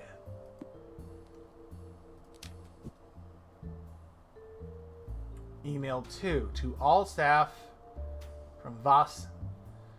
Today, whenever we talk to visitors, please be enthusiastic about the displays. Let's please act like we know our stuff. Today and tonight, I'd like you to think what's your favorite hieroglyphics.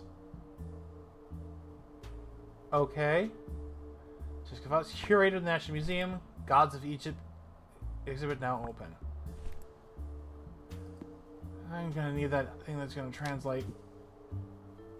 Inside the security office, there's a bank of small monitors with camera feeds coming from various parts of the museum.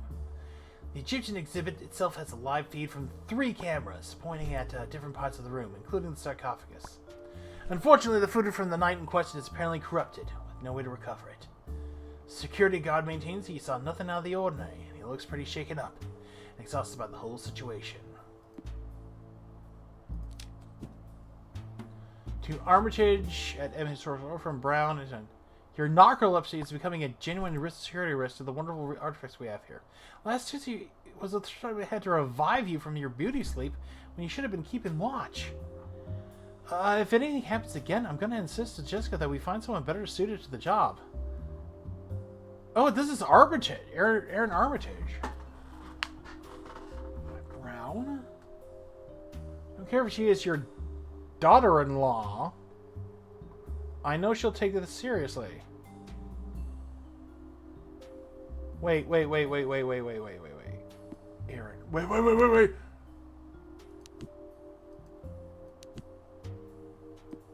Wait.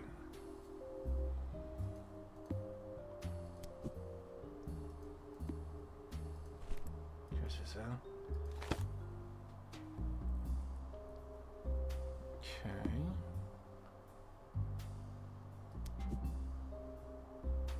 She's the daughter-in-law.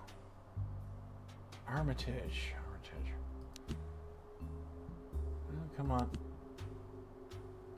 Aaron. Hold on. Aaron Brown. No. That's the one we want. 2 Armitage from Brown. Aaron Brown. So basically, Aaron Brown. Okay. Looks like our old pal Armitage is a bit of a narcoleptic. So he claims he saw it, so that may be a lie. Alright, let's take a look. To Voss from Joan. Jessica, I don't want to be writing this, but the fact of the matter is that the museum is in dire straits, and its benefactors are getting nervous. We need an incredible turnaround soon, or we'll be forced to close to rethink our ongoing strategy. Just keeping the lights on is too costly without serious footfall. Find a way to get more visitors to the door fast.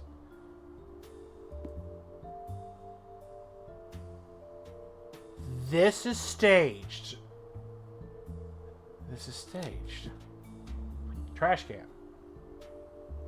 I took a look through the trash in Jessica's office and found a few ripped up bills and memos, alongside a chart showing dwindling number of museum visitors over time. We'll have to piece this stuff together at some stage if we can't determine a killer with the rest of the evidence we have here at the scene. There's also a scrunched up note at the bottom of the pile that reads, Mom wants you to call KP. Daughter-in-law. Sarcophagus. In the center of the room sits a huge concrete coffin, ornately carved with images of cats, gods, and pyramids. It's quite an imposing monument. There's a real sense of gravitas about it.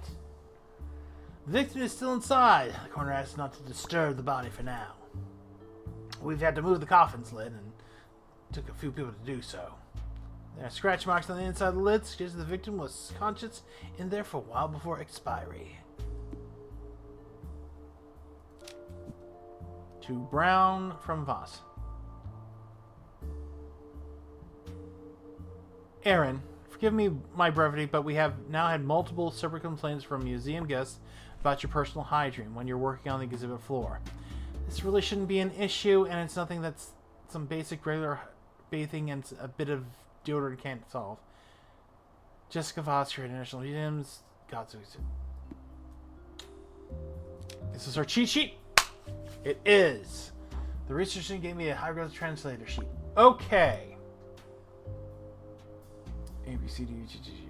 Okay, it's your simple A for things for that. So,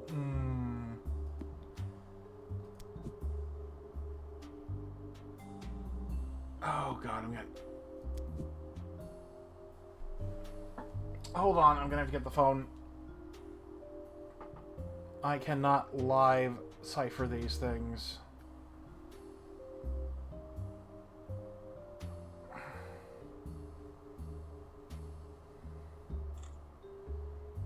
Okay.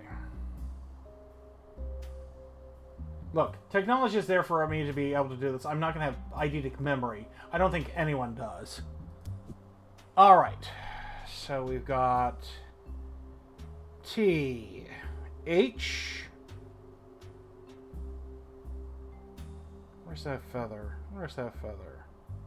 It's a single feather. I, R,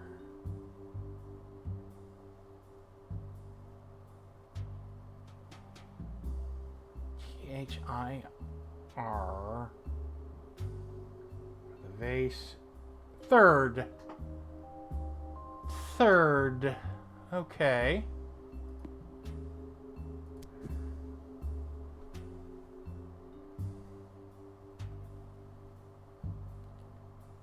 D, E, A,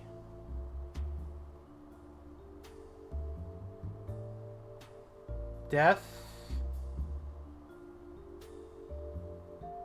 to the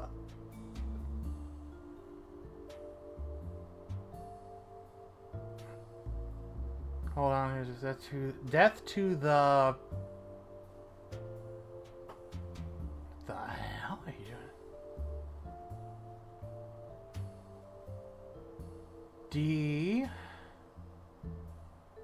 I S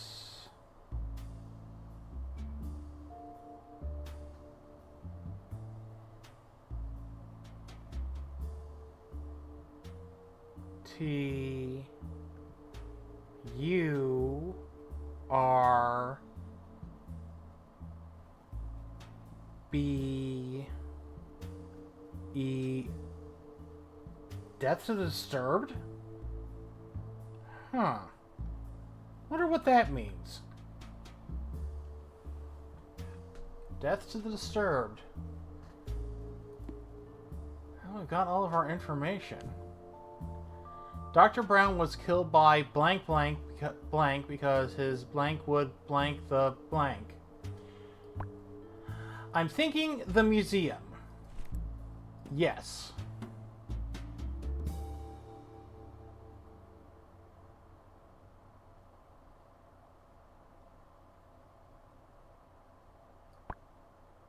I think it's about his presence. Nope.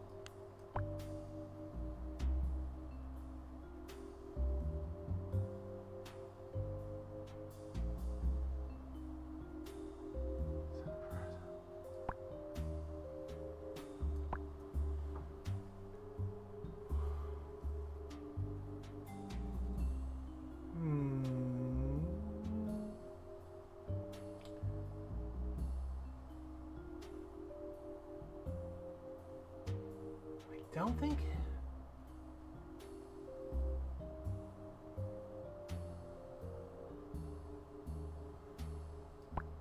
No way. Oh no.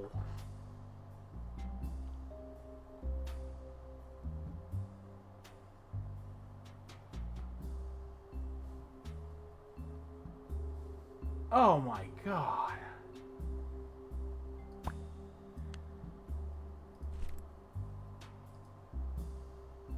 He was killed on purpose to the frick?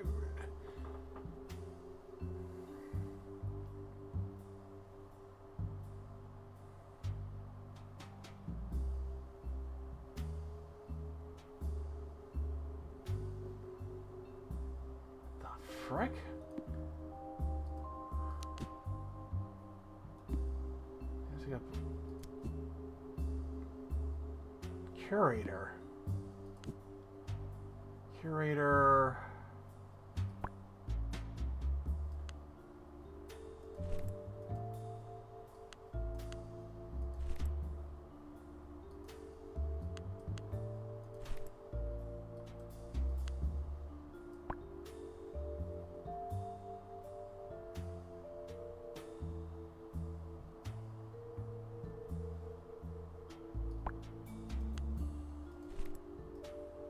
All three.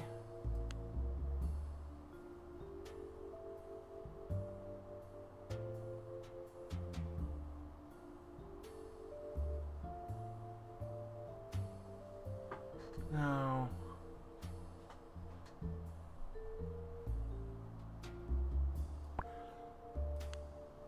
Oh no, this was a total inside job. Holy shnikes.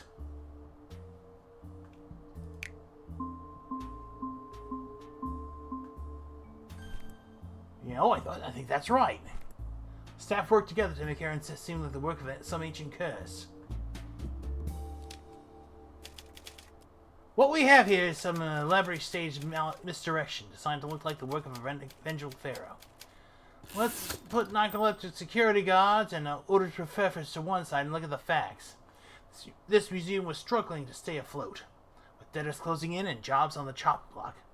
Seems to me that a killer ancient curse would have been just the thing to reignite public interest. Yeah, that's rough, buddy. Doc Brown was obvious patsy, given that his being there annoyed more people than it pleased, and besides, our other suspects all seemed to be related. A coded all-staff email said, "We act tonight," implicates all three of them, as does the sheer weight of all the coffin's lids. You'd need 3 people to lift that thing.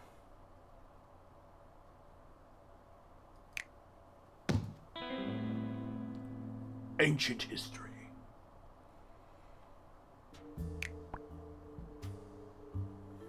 Yeah, we are powering through this. We were 2/3 done with this. These mini murder mysteries are very fun. I think our next one's a dinner time. Death du jour. The kitchen of an up-and-coming eatery. A high-stakes working environment. A head chef who's lost their head. Another delicious whodunit. Ooh, a beheaded chef makes for one unusual entree. Let's figure out who's behind this avant-garde case. Let's start with our... Hello, detective. It looks like you've got a nice new case to sink your teeth into here. I'm coming for you, you know. Your crimes won't go unpunished much longer. Another crime scene and another weird note meant for me. Oh, sorry, I'm going to read this again. Bring. 7 cryptic notes down. I still have no idea who sent them. I'll put this one in the pile and come back to it later. So we can probably take a let's take a look at the statements here. So we've heard the head chef's been beheaded. So unless the Queen of Hearts is involved, we're dealing with a different thing altogether.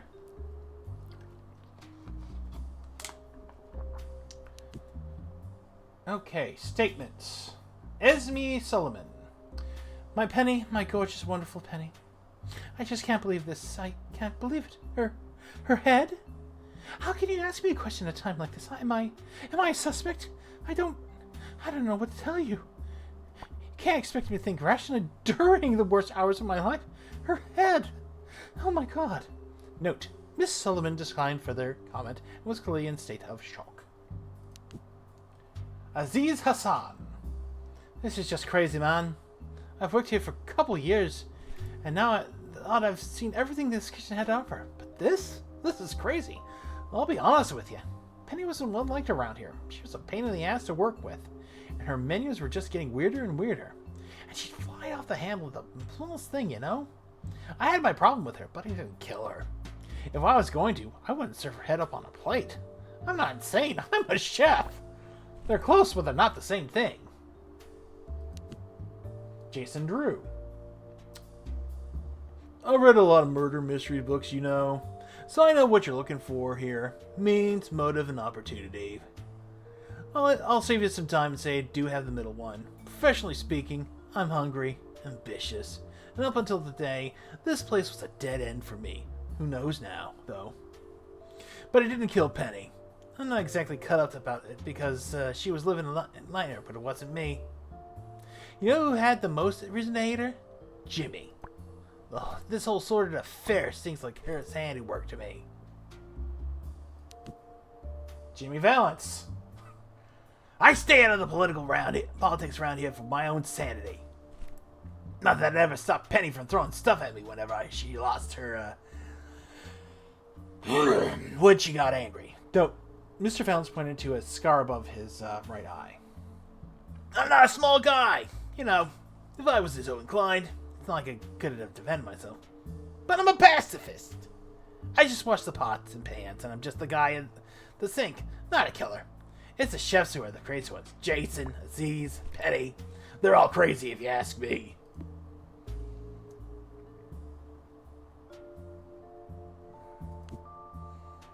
Okay, this is a small one. We got 4. Someone beheaded Penny for the Benjamins. This is a ripped up note that was at the bottom of the virtual trash can. I'm...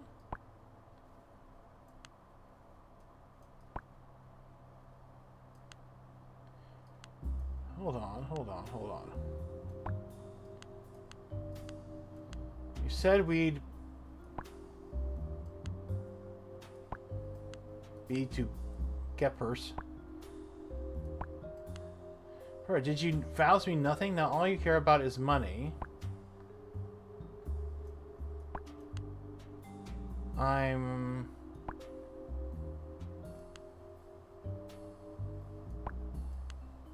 not signing the papers. You're stuck with me. Oh! That's interesting.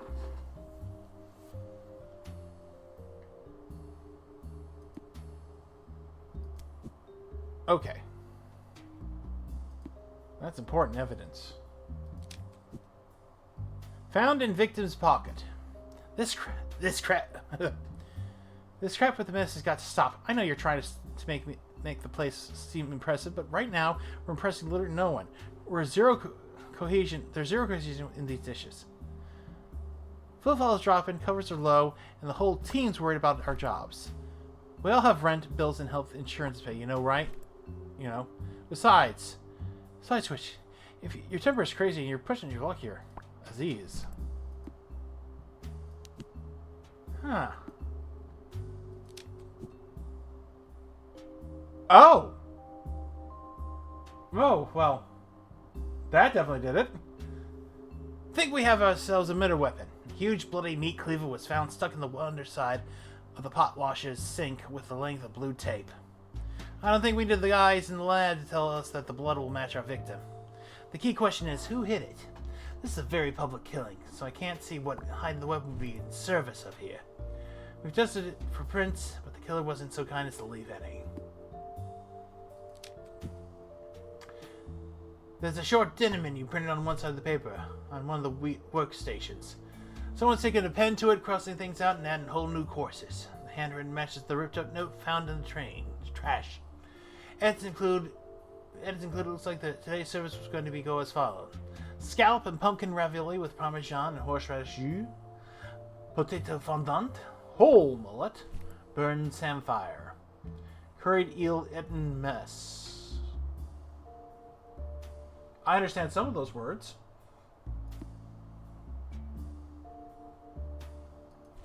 What does the evidence tell us?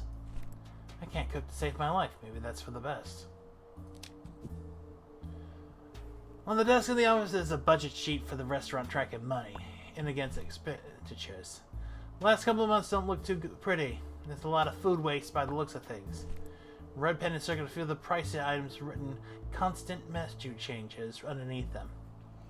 Most people know restaurants are high risk, low profit ventures, but that's never stopped people from trying to be the exception to the rule. Either way, this place seems to be on the crash course towards failure.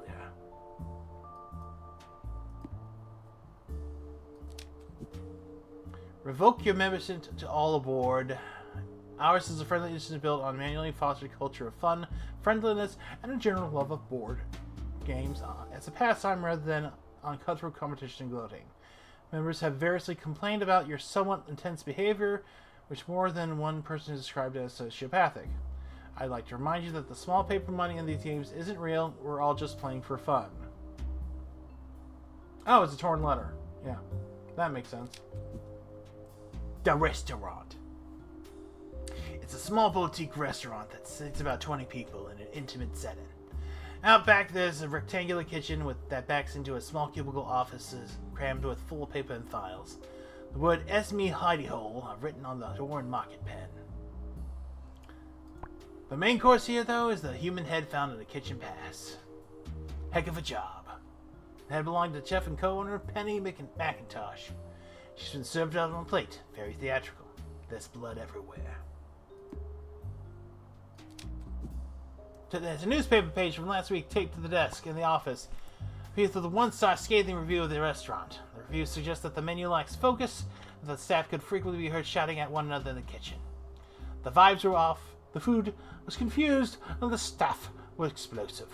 All told, it felt like they'd made a meal of things in all the wrong ways. Ouch.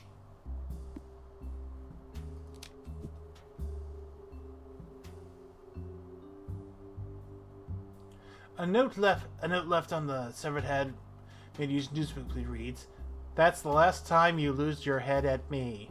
Nice plays of words. I'm getting an impression that our victim was known for making more than one the occasional outburst in the kitchen. Either way, there aren't any fingerprints on the note. There's no real way to who made it. Answer phone. The landline in the office is blinking with a red new voicemail light. I push the play button and a garbled message played. Calling from Jake. Want to confirm the changes to your policy. Your upgrade has now been both now covered on our premium tier. Please let us know if there's anything you can help you with. I'm thinking this is an insurance scam. A scrap of paper attached to the monitor in the office with a handful of numbers written on it. Elias Energy, hands on temp, all aboard. S&C Bank, Life Mobile, Wren Family Butchers, JP Personal Insurers, Big Al's Fishmongery, Lefty Lucy Handyman, Boredom Casey Equipment, Spot Out Dry Cleaners. I would say these people need to digitize these, but I think they've got bigger issues right now. I set my toe on a thick lettuce-sized envelope that had been stuffed under the leg of the kitchen workbench to keep it steady. It has a watermark to the corner for the Quinn family lawyers, next to which someone's written, "Please review these terms ASAP. There's more than fair." It's been a while. The envelope is covered in dust. Moreover, it's not been opened. Alright, let's take a look at the body real quick. What we have here is your classic run-of-the-mill headless body.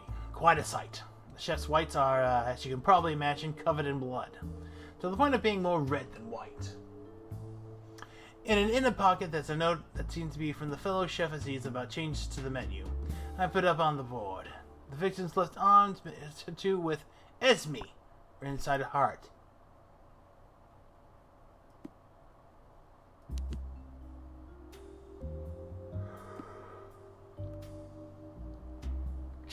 Kill her for money!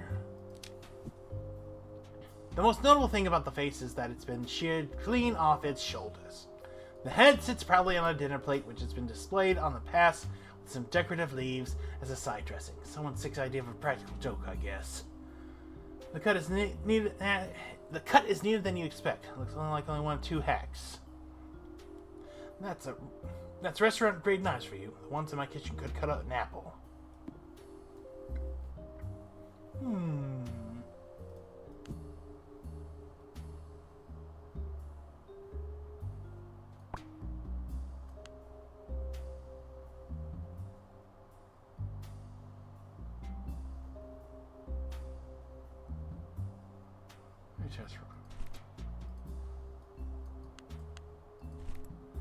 Okay. You know what? Back you go. So I don't think it's Esme, because there is some insurance stuff here going on. Or I could be right, it is Esme if we're doing it. Oh my. Or the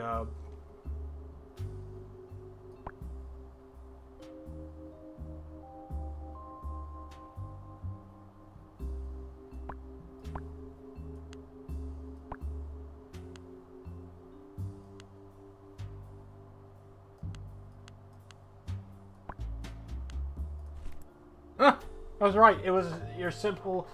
I wonder if there's more than that. I mean,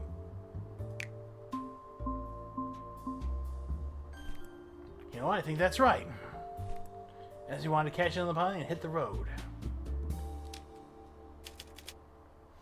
I've had the avant-garde cuisine, but a human head really takes the cake. A phony note found with the head made it seem like it was one the chefs finally flipped.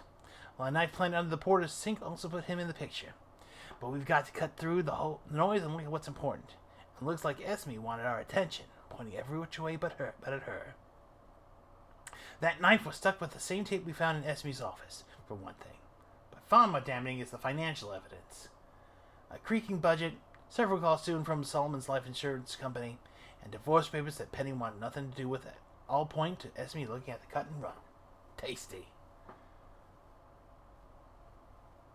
Detective. You don't do that. Just desoids.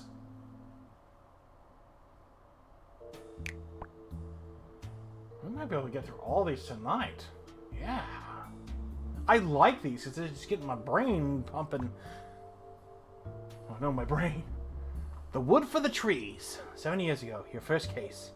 Suited man in forest cutting. There wasn't much to go on. I don't like the woods. They give me the creeps. Pretty secluded out here. This guy's lucky to know if anybody found him at all. Wait, this is his... Wait. This is my first proper case as lead detective, and it's not exactly what I expected. We're in the middle of the woods, in the middle of nowhere. We've got a guy in a suit found in a forest clearing and a bunch of strange clues about the place. That's just some seriously fishy business going on. I better get this one right. My career is riding on it. Are we learning lore? Yeah. No, you're right. This is just the right length. I mean... Blank, blank, blank. So 2, 4, 6 again. We have nothing to go with it. So let's look at our statements. Paul Rogers. This isn't something you stumble across every day, is it? I'm a lover, not a fighter, you know. But yeah, I was coming through here with my dog Winston here, and I stumbled across a guy lying here. I always wondered if it'd ever be one of those dog walkers you see on the news who find bodies, and here we are. Do you know what happened to him? Was it a murder? Oh, and I don't know if it helps at all, but Winston found the small branch just down the way. I think it's got blood on it. Rosalind Downs. Sorry, I was just jogging through the woods. I don't really know anything, just a woman for a casual jog. I do this all the time.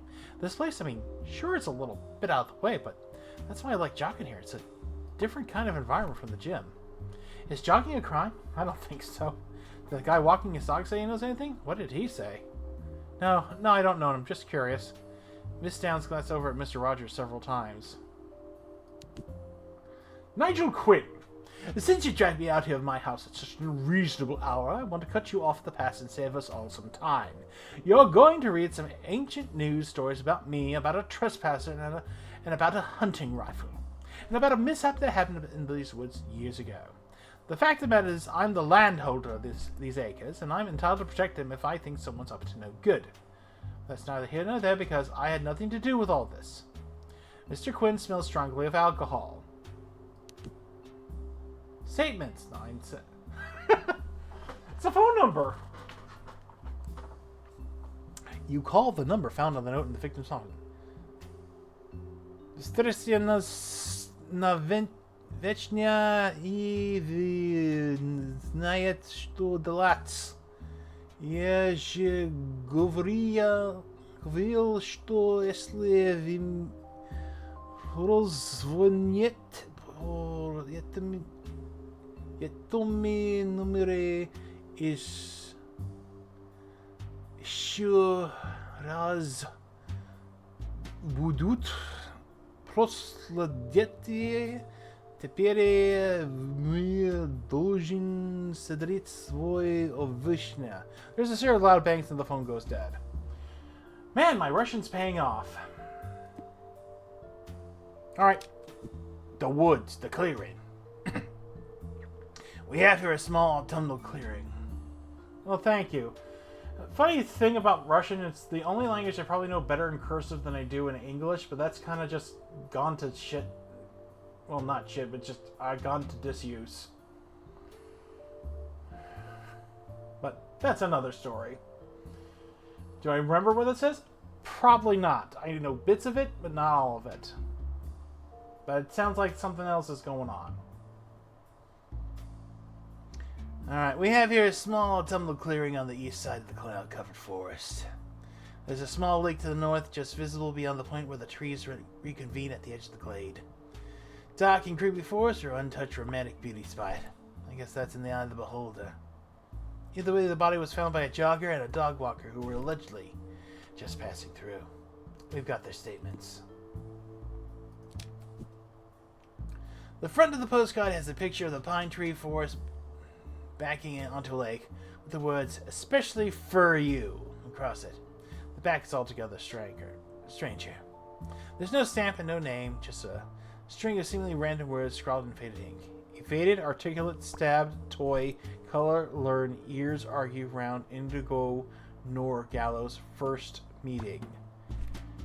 Well, these are all code words, probably. Footprints show several distinct persons walking around here. Also notice that the tree with a bullet lodged into the trunk at the shoulder height. Well, that may be from all those years ago. Think how lodged it is.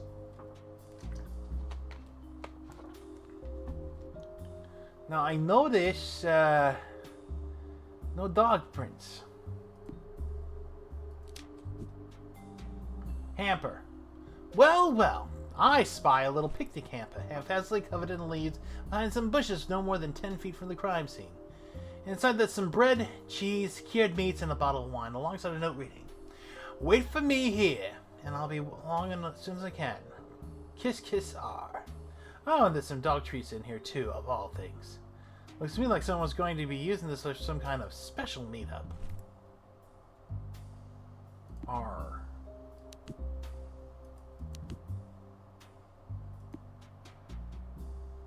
Oh, they were coming for a date. They were coming for a date and they came upon a body. That's a great first date. Blood spatter. A spread of blood and subsequent trail makes it seem like someone had been shot here. The spatter suggests someone being clipped rather than properly dropped. We have a small cone of powdery black spatter directed toward the shooter. And then more significant forward spatter from an exit wound. The blood trail leads off away from the scene. I put a sketch up on the board showing you footprints from the scene, but that also details both the spatter and the trail. Oh, so that's what that was. That's where the shot was. So they were shot by that. They walked off. Oh yeah, they're not going to forget that. There's a bullet lodged in a tree a few yards from the victim. It's a pistol round, 9mm that matches a Glock 19 found near the victim. The bullet's at shoulder height, fired from close range. We can't find the spent case, but the forensics team did manage to ascertain that there's a human tissue on the bullet itself. I wonder if this particular tree had it coming, or if it's just an innocent bystander.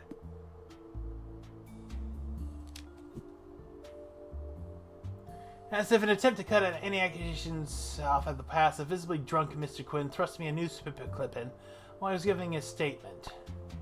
It's a story from an old issue of the Daily County Gazette, with a salient part of which reads, "The manslaughter charges have since been dropped, with a self-defense precedent having been cited in court." Speaking to the Gazette, Mr. Quinn said, I have every right to act as an agent for justice in my own land. If trespassers choose to break into my property, I have every right to act accordingly." A muddy manila folder pokes out of the open briefcase, still attached to the victim's wrist via handcuff chains. There's nothing in the folder, but creases on the spine suggest it was, until recently, stuffed with paperwork. It's kind of anonymous, unremarkable thing you keep the world's worst secrets inside, like DOJ or Ministry of Defense stuff, or nuclear missile codes. Just what the hell was going on in these woods? Alright, let's take what's on with the body. Face and features. The victim could come first in as a Mr. Anonymous competition. He has the face of a man who blends right into the background. There are no injuries to the face or head, just a bit of mud and a pair of sunglasses that have since fallen off to the side. Presumably when he hit the dirt. Nothing else to report. White shirt, black tie, black suit jacket, all now stained with blood and dirt. A hole in the victim's chest seems to be the cause of death. The blood's emanated from a central point directly over the heart. That's not a neat hole either. Seems like someone thrust something jagged and barbed into him, and they must have done so with zeal for it to get in between the ribs. I imagine the victim bled out pretty fast. Waist. The victim was lying next to a 9mm Glock, which seems to have matched to the bullet found in a nearby tree. One of the gun holster inside the waistband number is faded and set in from years of wear. A small note with a phone number was found on the front of the left pocket. That's up on the board. There's no idea or nothing in particular we can trace about the guy, other than the fact that the gun serial number looks to be a service issue. Hands. So here's an interesting one. The right wrist is chained via handcuffs to brown leather briefcase covered in scuff marks. The case has a combination lock, but it's still lying wide open next to the victim, still attached to the wrist with a single manila folder half out of it. In the case inside compartment, meanwhile, there's a postcard picturing a force with a handwritten note on the back. I put the folder and the postcard up on the board. That's what we saw earlier. An old dumb phone that was nestled in with the mud of the victims. Instrumental kind out from the early 2000s. Praise Nokia for its immortality. There's nothing in the messaging history, and the call just has a couple of incoming calls from a withheld number. And last but not least, phone number. The victim's jacket pocket had a crumpled note with what looks like a foreign phone number written out in market ink. I called the number and somebody answered. That's detailed in the statement, but I couldn't understand what he was said, and they promptly hung up on me. I have a bad feeling about what's happened here. Maybe I shouldn't dial that number.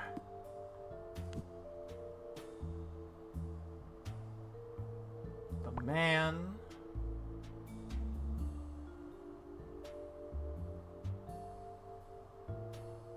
Well, it's a foreign agent. Maybe spy. Okay, a foreign spy.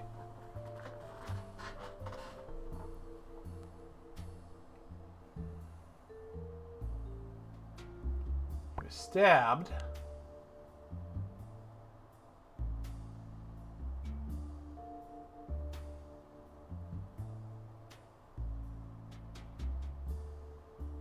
What was he stabbed with? A tree! No, branch. Is there a branch? A branch.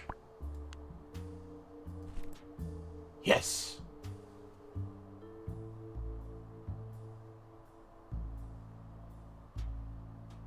Special agent. Yeah. Bong, bong, bong, bong, ding. I think that's right. Government guy was killed in front of a chain gone wrong. Yet again, we've got a bunch of coincidental passerbys muddying the waters and obfuscating things. And amongst the lovers, holding a surreptitious woodland meetup, and a trigger-happy land baron stinking of booze, some good old-fashioned spycraft. Our John Doe here bears the hallmarks of a G-man. I think he was meeting with a foreign agent to share some government secrets. I'll be with some classic double-crossing. A man fires a shot after he hands out for his documents and clips his target. But the unknown party provides a deadly weapon out of a nearby branch. One dies, one gets away. This is all way above our pay grade. We'll get this one up to the boys and girls at Langley.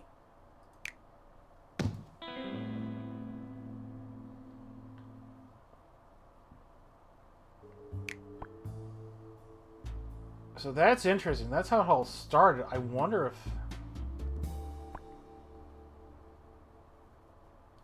Blast from the past.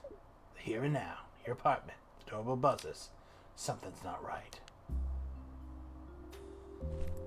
Someone's left a bunch of old files in a strange-looking box on my doorstep. I put everything up on the board, including those weird notes I've been collecting. Nice to meet you, Detective. I'm Doc Knowles with Digital Forensics, the tech guys. I've managed to access the company emails accounts you have surfaced, a few things you might find interesting. I've put printouts on the board for you. You can look through the things yourself, but maybe one thing to notice, a conference is done to the encrypted email address on the dark web. Make of what you will. In my experience, the people who work at these small companies are in each other's lives a bit too much. Things get a bit high school, if you know what I mean. Good to be working with you again, Detective. Digital Forensics is on the case. This one's a bit of a mess, to be honest. The sign is... Oh, yeah, okay. So, yeah, these are some of the things. Why is Oswald... Our best, I put some... Time, but you'll never need to wait for reports. Oh, and one of the guys found a weird note. His pocket. Hey, Detective, here we are, back at it. Huh? Digital Forensics has done its thing, and I pinned some relevant joking some reward. That's obviously well blah, blah, blah, blah, blah, blah, blah. There's one email in particular that's caught my eye. New. I know you're always hungry for a new mystery detective, so here's a doozy one for you. What do a vengeful colleague and a homemade bomb have in common? Give enough time, they'll both explode on you. But I'll be sporting and give you a chance. Everything you need to solve this case is in the material I provided. One last board for you to sink your teeth into. It'll either be your last or start of a great rivalry. I would say it's been nice working with you, but that would be a lie. This is always about Brian. Brian? I wake up in the middle of the night to sound of the apartment door buzzing away. No one was there, but they left a huge box of stuff in the doorway. It looks to be a bunch of my old case files and some new bites and pieces of the strange wooden box. I don't like this one bit. I better stay vigilant when I get to the bottom of things. Order of service. It looks like the order of service for the funeral of a man named Brian Oswald. The wording described him as a beloved son and brother gone before this time. Short eulogy inside that says, Brian gave his life in the service of his country, but he was much, much more than just a respected CIA operative. He was someone a lot to look up to. Brian. Oh, God. Dr. Oswald is mad about the first case that this detective, our buddy right here, did. Oh, that's... At least for ATAC, the Animal Rights Group from the case in the science lab, there are a couple of things scrawled on the back. First one is, yeah. Things scrawled on the back. First, another diatribe aimed at me. If you can, detective, try to understand the sequence of events here. You stumble to a crime scene, you decide to make a phone call at the very instant of the time, and a man dies because of it. How is that fair? Then in time learns, you'll see red in the... Oh. The phone call from the last from his first case. Oh my, this is It's a shopping list from the first case, from the case in the Country Manor House. On the back, someone's written, "You wouldn't know loss like me, detective. You're like a man unafraid of consequences." In the bottom corner, it's so small as to barely be legible in the phrase, "Yellow isn't cowardly." Yellow, red. I wonder if these weird notes hide some kind of secret code. Oh! Wow, yeah, I didn't notice that.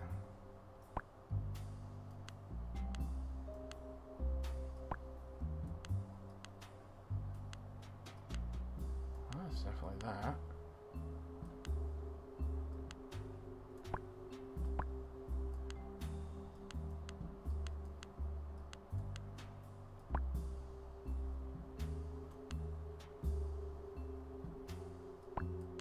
Four, 3, 9. 2? We're missing a note.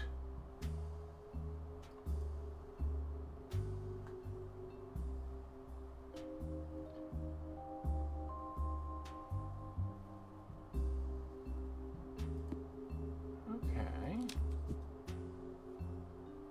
There's a hand-carved wooden box bundled in with the rest of the files. It's about the size of a lunch rock made of mahogany. It's all put together. I can't even really see the hinges. I think it's does want opening though. There's a digital keypad embedded into it, which I think is the lid. And I put my ear to the box, and there's a very faint ticking sound coming from inside it, which doesn't seem great. I think this is the manila folder from the first proper case I solved as lead detective. Inside it, something one has written. First case should have been your last reckless behavior. Detective, you can't just go storming in playing God. Files in exchange for a man. The deal went wrong. It could have been salvaged. You blew it. It's taken me years to get to this point. You know, years of working, serving, following, planning. Staff roster from the night of the penthouse guy game. We had 4 suspects, and 1 woman pushed her to her death that night. On the back of the sheet, it's a tiny letter in place. You'll put green in between. Yellow was in calorie. See, red in the end. Green in between. It's the photo I took of the glove box from the case with the mistaken hitman. One where the quest for revenge got out of hand. On the back of the photo, somebody's written, "I wonder why you've never followed up on what happened with the call you made to the foreign phone number. Are you too yellow belly to learn the ramifications of your actions?" It's just what I need. Oh, this old crap, what's this about? It's a photo of the motel from one of my old cases. One where a guy got killed over the last bucket of ice. There's some chaotic writing on the back of the photo. The boys in blue are supposed to be there to help. No? Too little, too late. Or too sudden and too rash. Watch out, here it comes. 3, 2, 1. Bang, bang, bang. It doesn't really make sense, but then none of this does.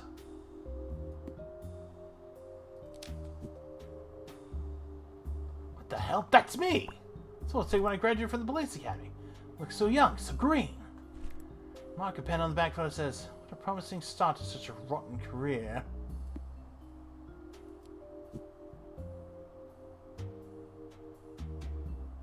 This is the hieroglyphics translation sheet I was given during the museum case. Someone has drawn circles. 9 circles on it. V E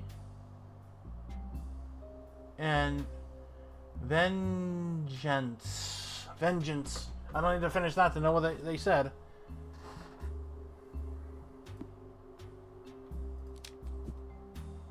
It's that note from the restaurant case designed to make it look like a chef had seen red and killed the boss. There are 2 things written on the back. First of the words, "above your pay grade," is in angry handwriting. Then the bottom corner in small writing is the following phrase: "Violets and roses stand together." It's red and blue. Blue and red. It's a huge sheet that just has one thing on it, word reverse in a huge letter. It's printed backwards in multicolor fonts.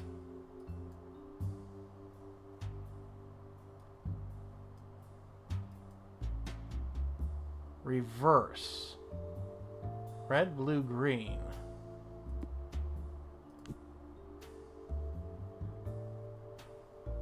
Forensics.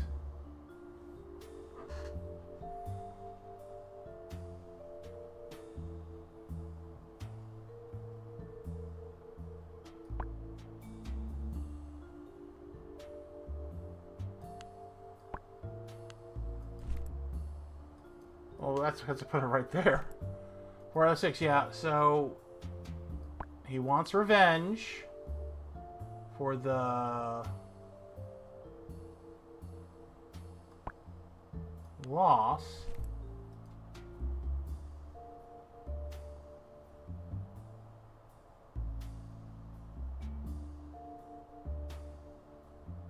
The digital forensics guy. Alright, looks pretty good to me. Ding, ding, ding, ding. You know, I think that's right.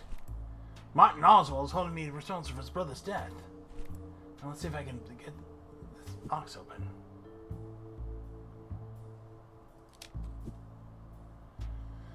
Now that I know what Martin's up to, let's take a closer look at the digital keypad on this box. It's the numerical pad sporting keys 0 through 9, so I'm guessing I ought to put the code in that's to get open. Whether I actually want to open this thing is another matter, but then detectives are nothing if not curious.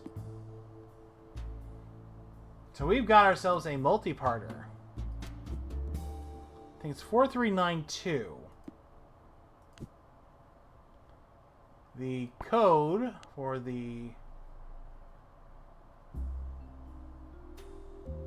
box is 4392.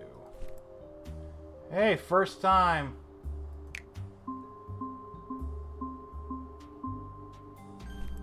You know, I think that's right. I put the code in the key box and the catch swung open.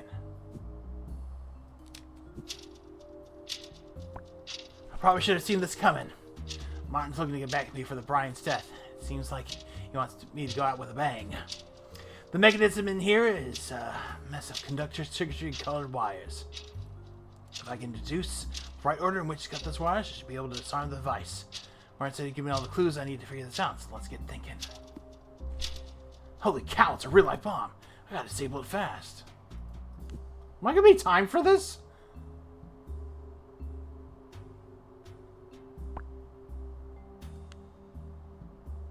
The sequence to... Okay, disarm the bomb is...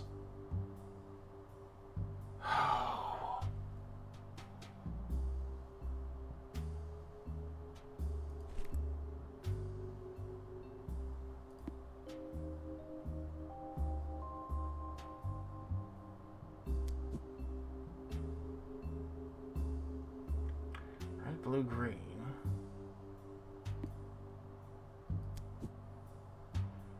See, red in the end, so I think red is the last one. No.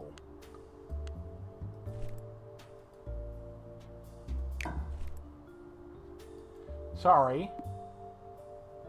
Red, blue, green, yellow?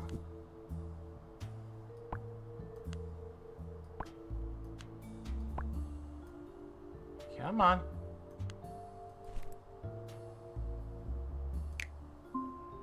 Bing, bing, bing, bing, bing. You know what? I think that's right. Cut the wires in the order and the ticking stopped.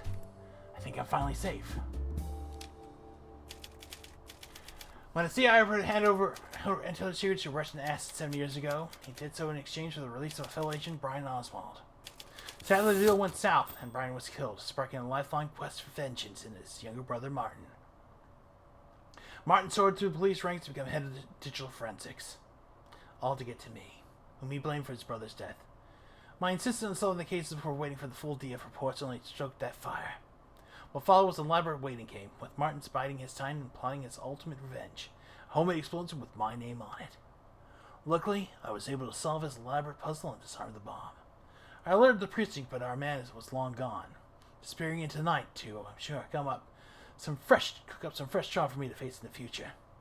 I've no doubt I'll run to Martin once one for now. I think I'll get back to work. One more? Yes!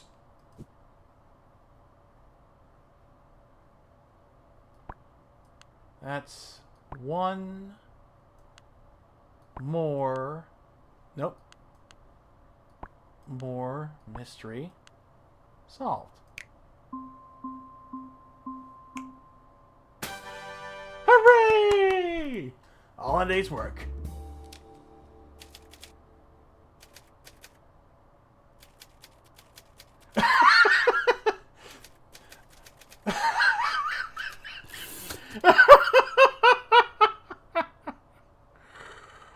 Oh! Trying to flatter me, are you? Trying to flatter me for this? Okay. Thank you for playing Mini Murder Mysteries. I hope you enjoyed playing it as much as I enjoyed making it. Positive reviews really help store the algorithm, put small indie games in front of more people, so if you enjoyed your time with this game, meanwhile, you should leave a little review. One button below will let you do just that, and one will let you admire your finished case list on the main menu. Choice is yours. I'm going to admire my board. I may leave it there. Actually, you completed the game. This is very, very nice. This is very, very nice. I enjoyed this.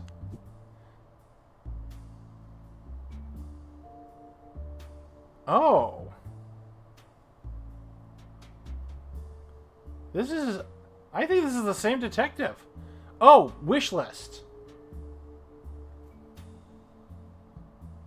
Evan Rose... Okay, so that's an upcoming thing. So that's nice. So yeah, that is... let's get back to the game room here. That was Mini Murder Mysteries. That was a fun little romp.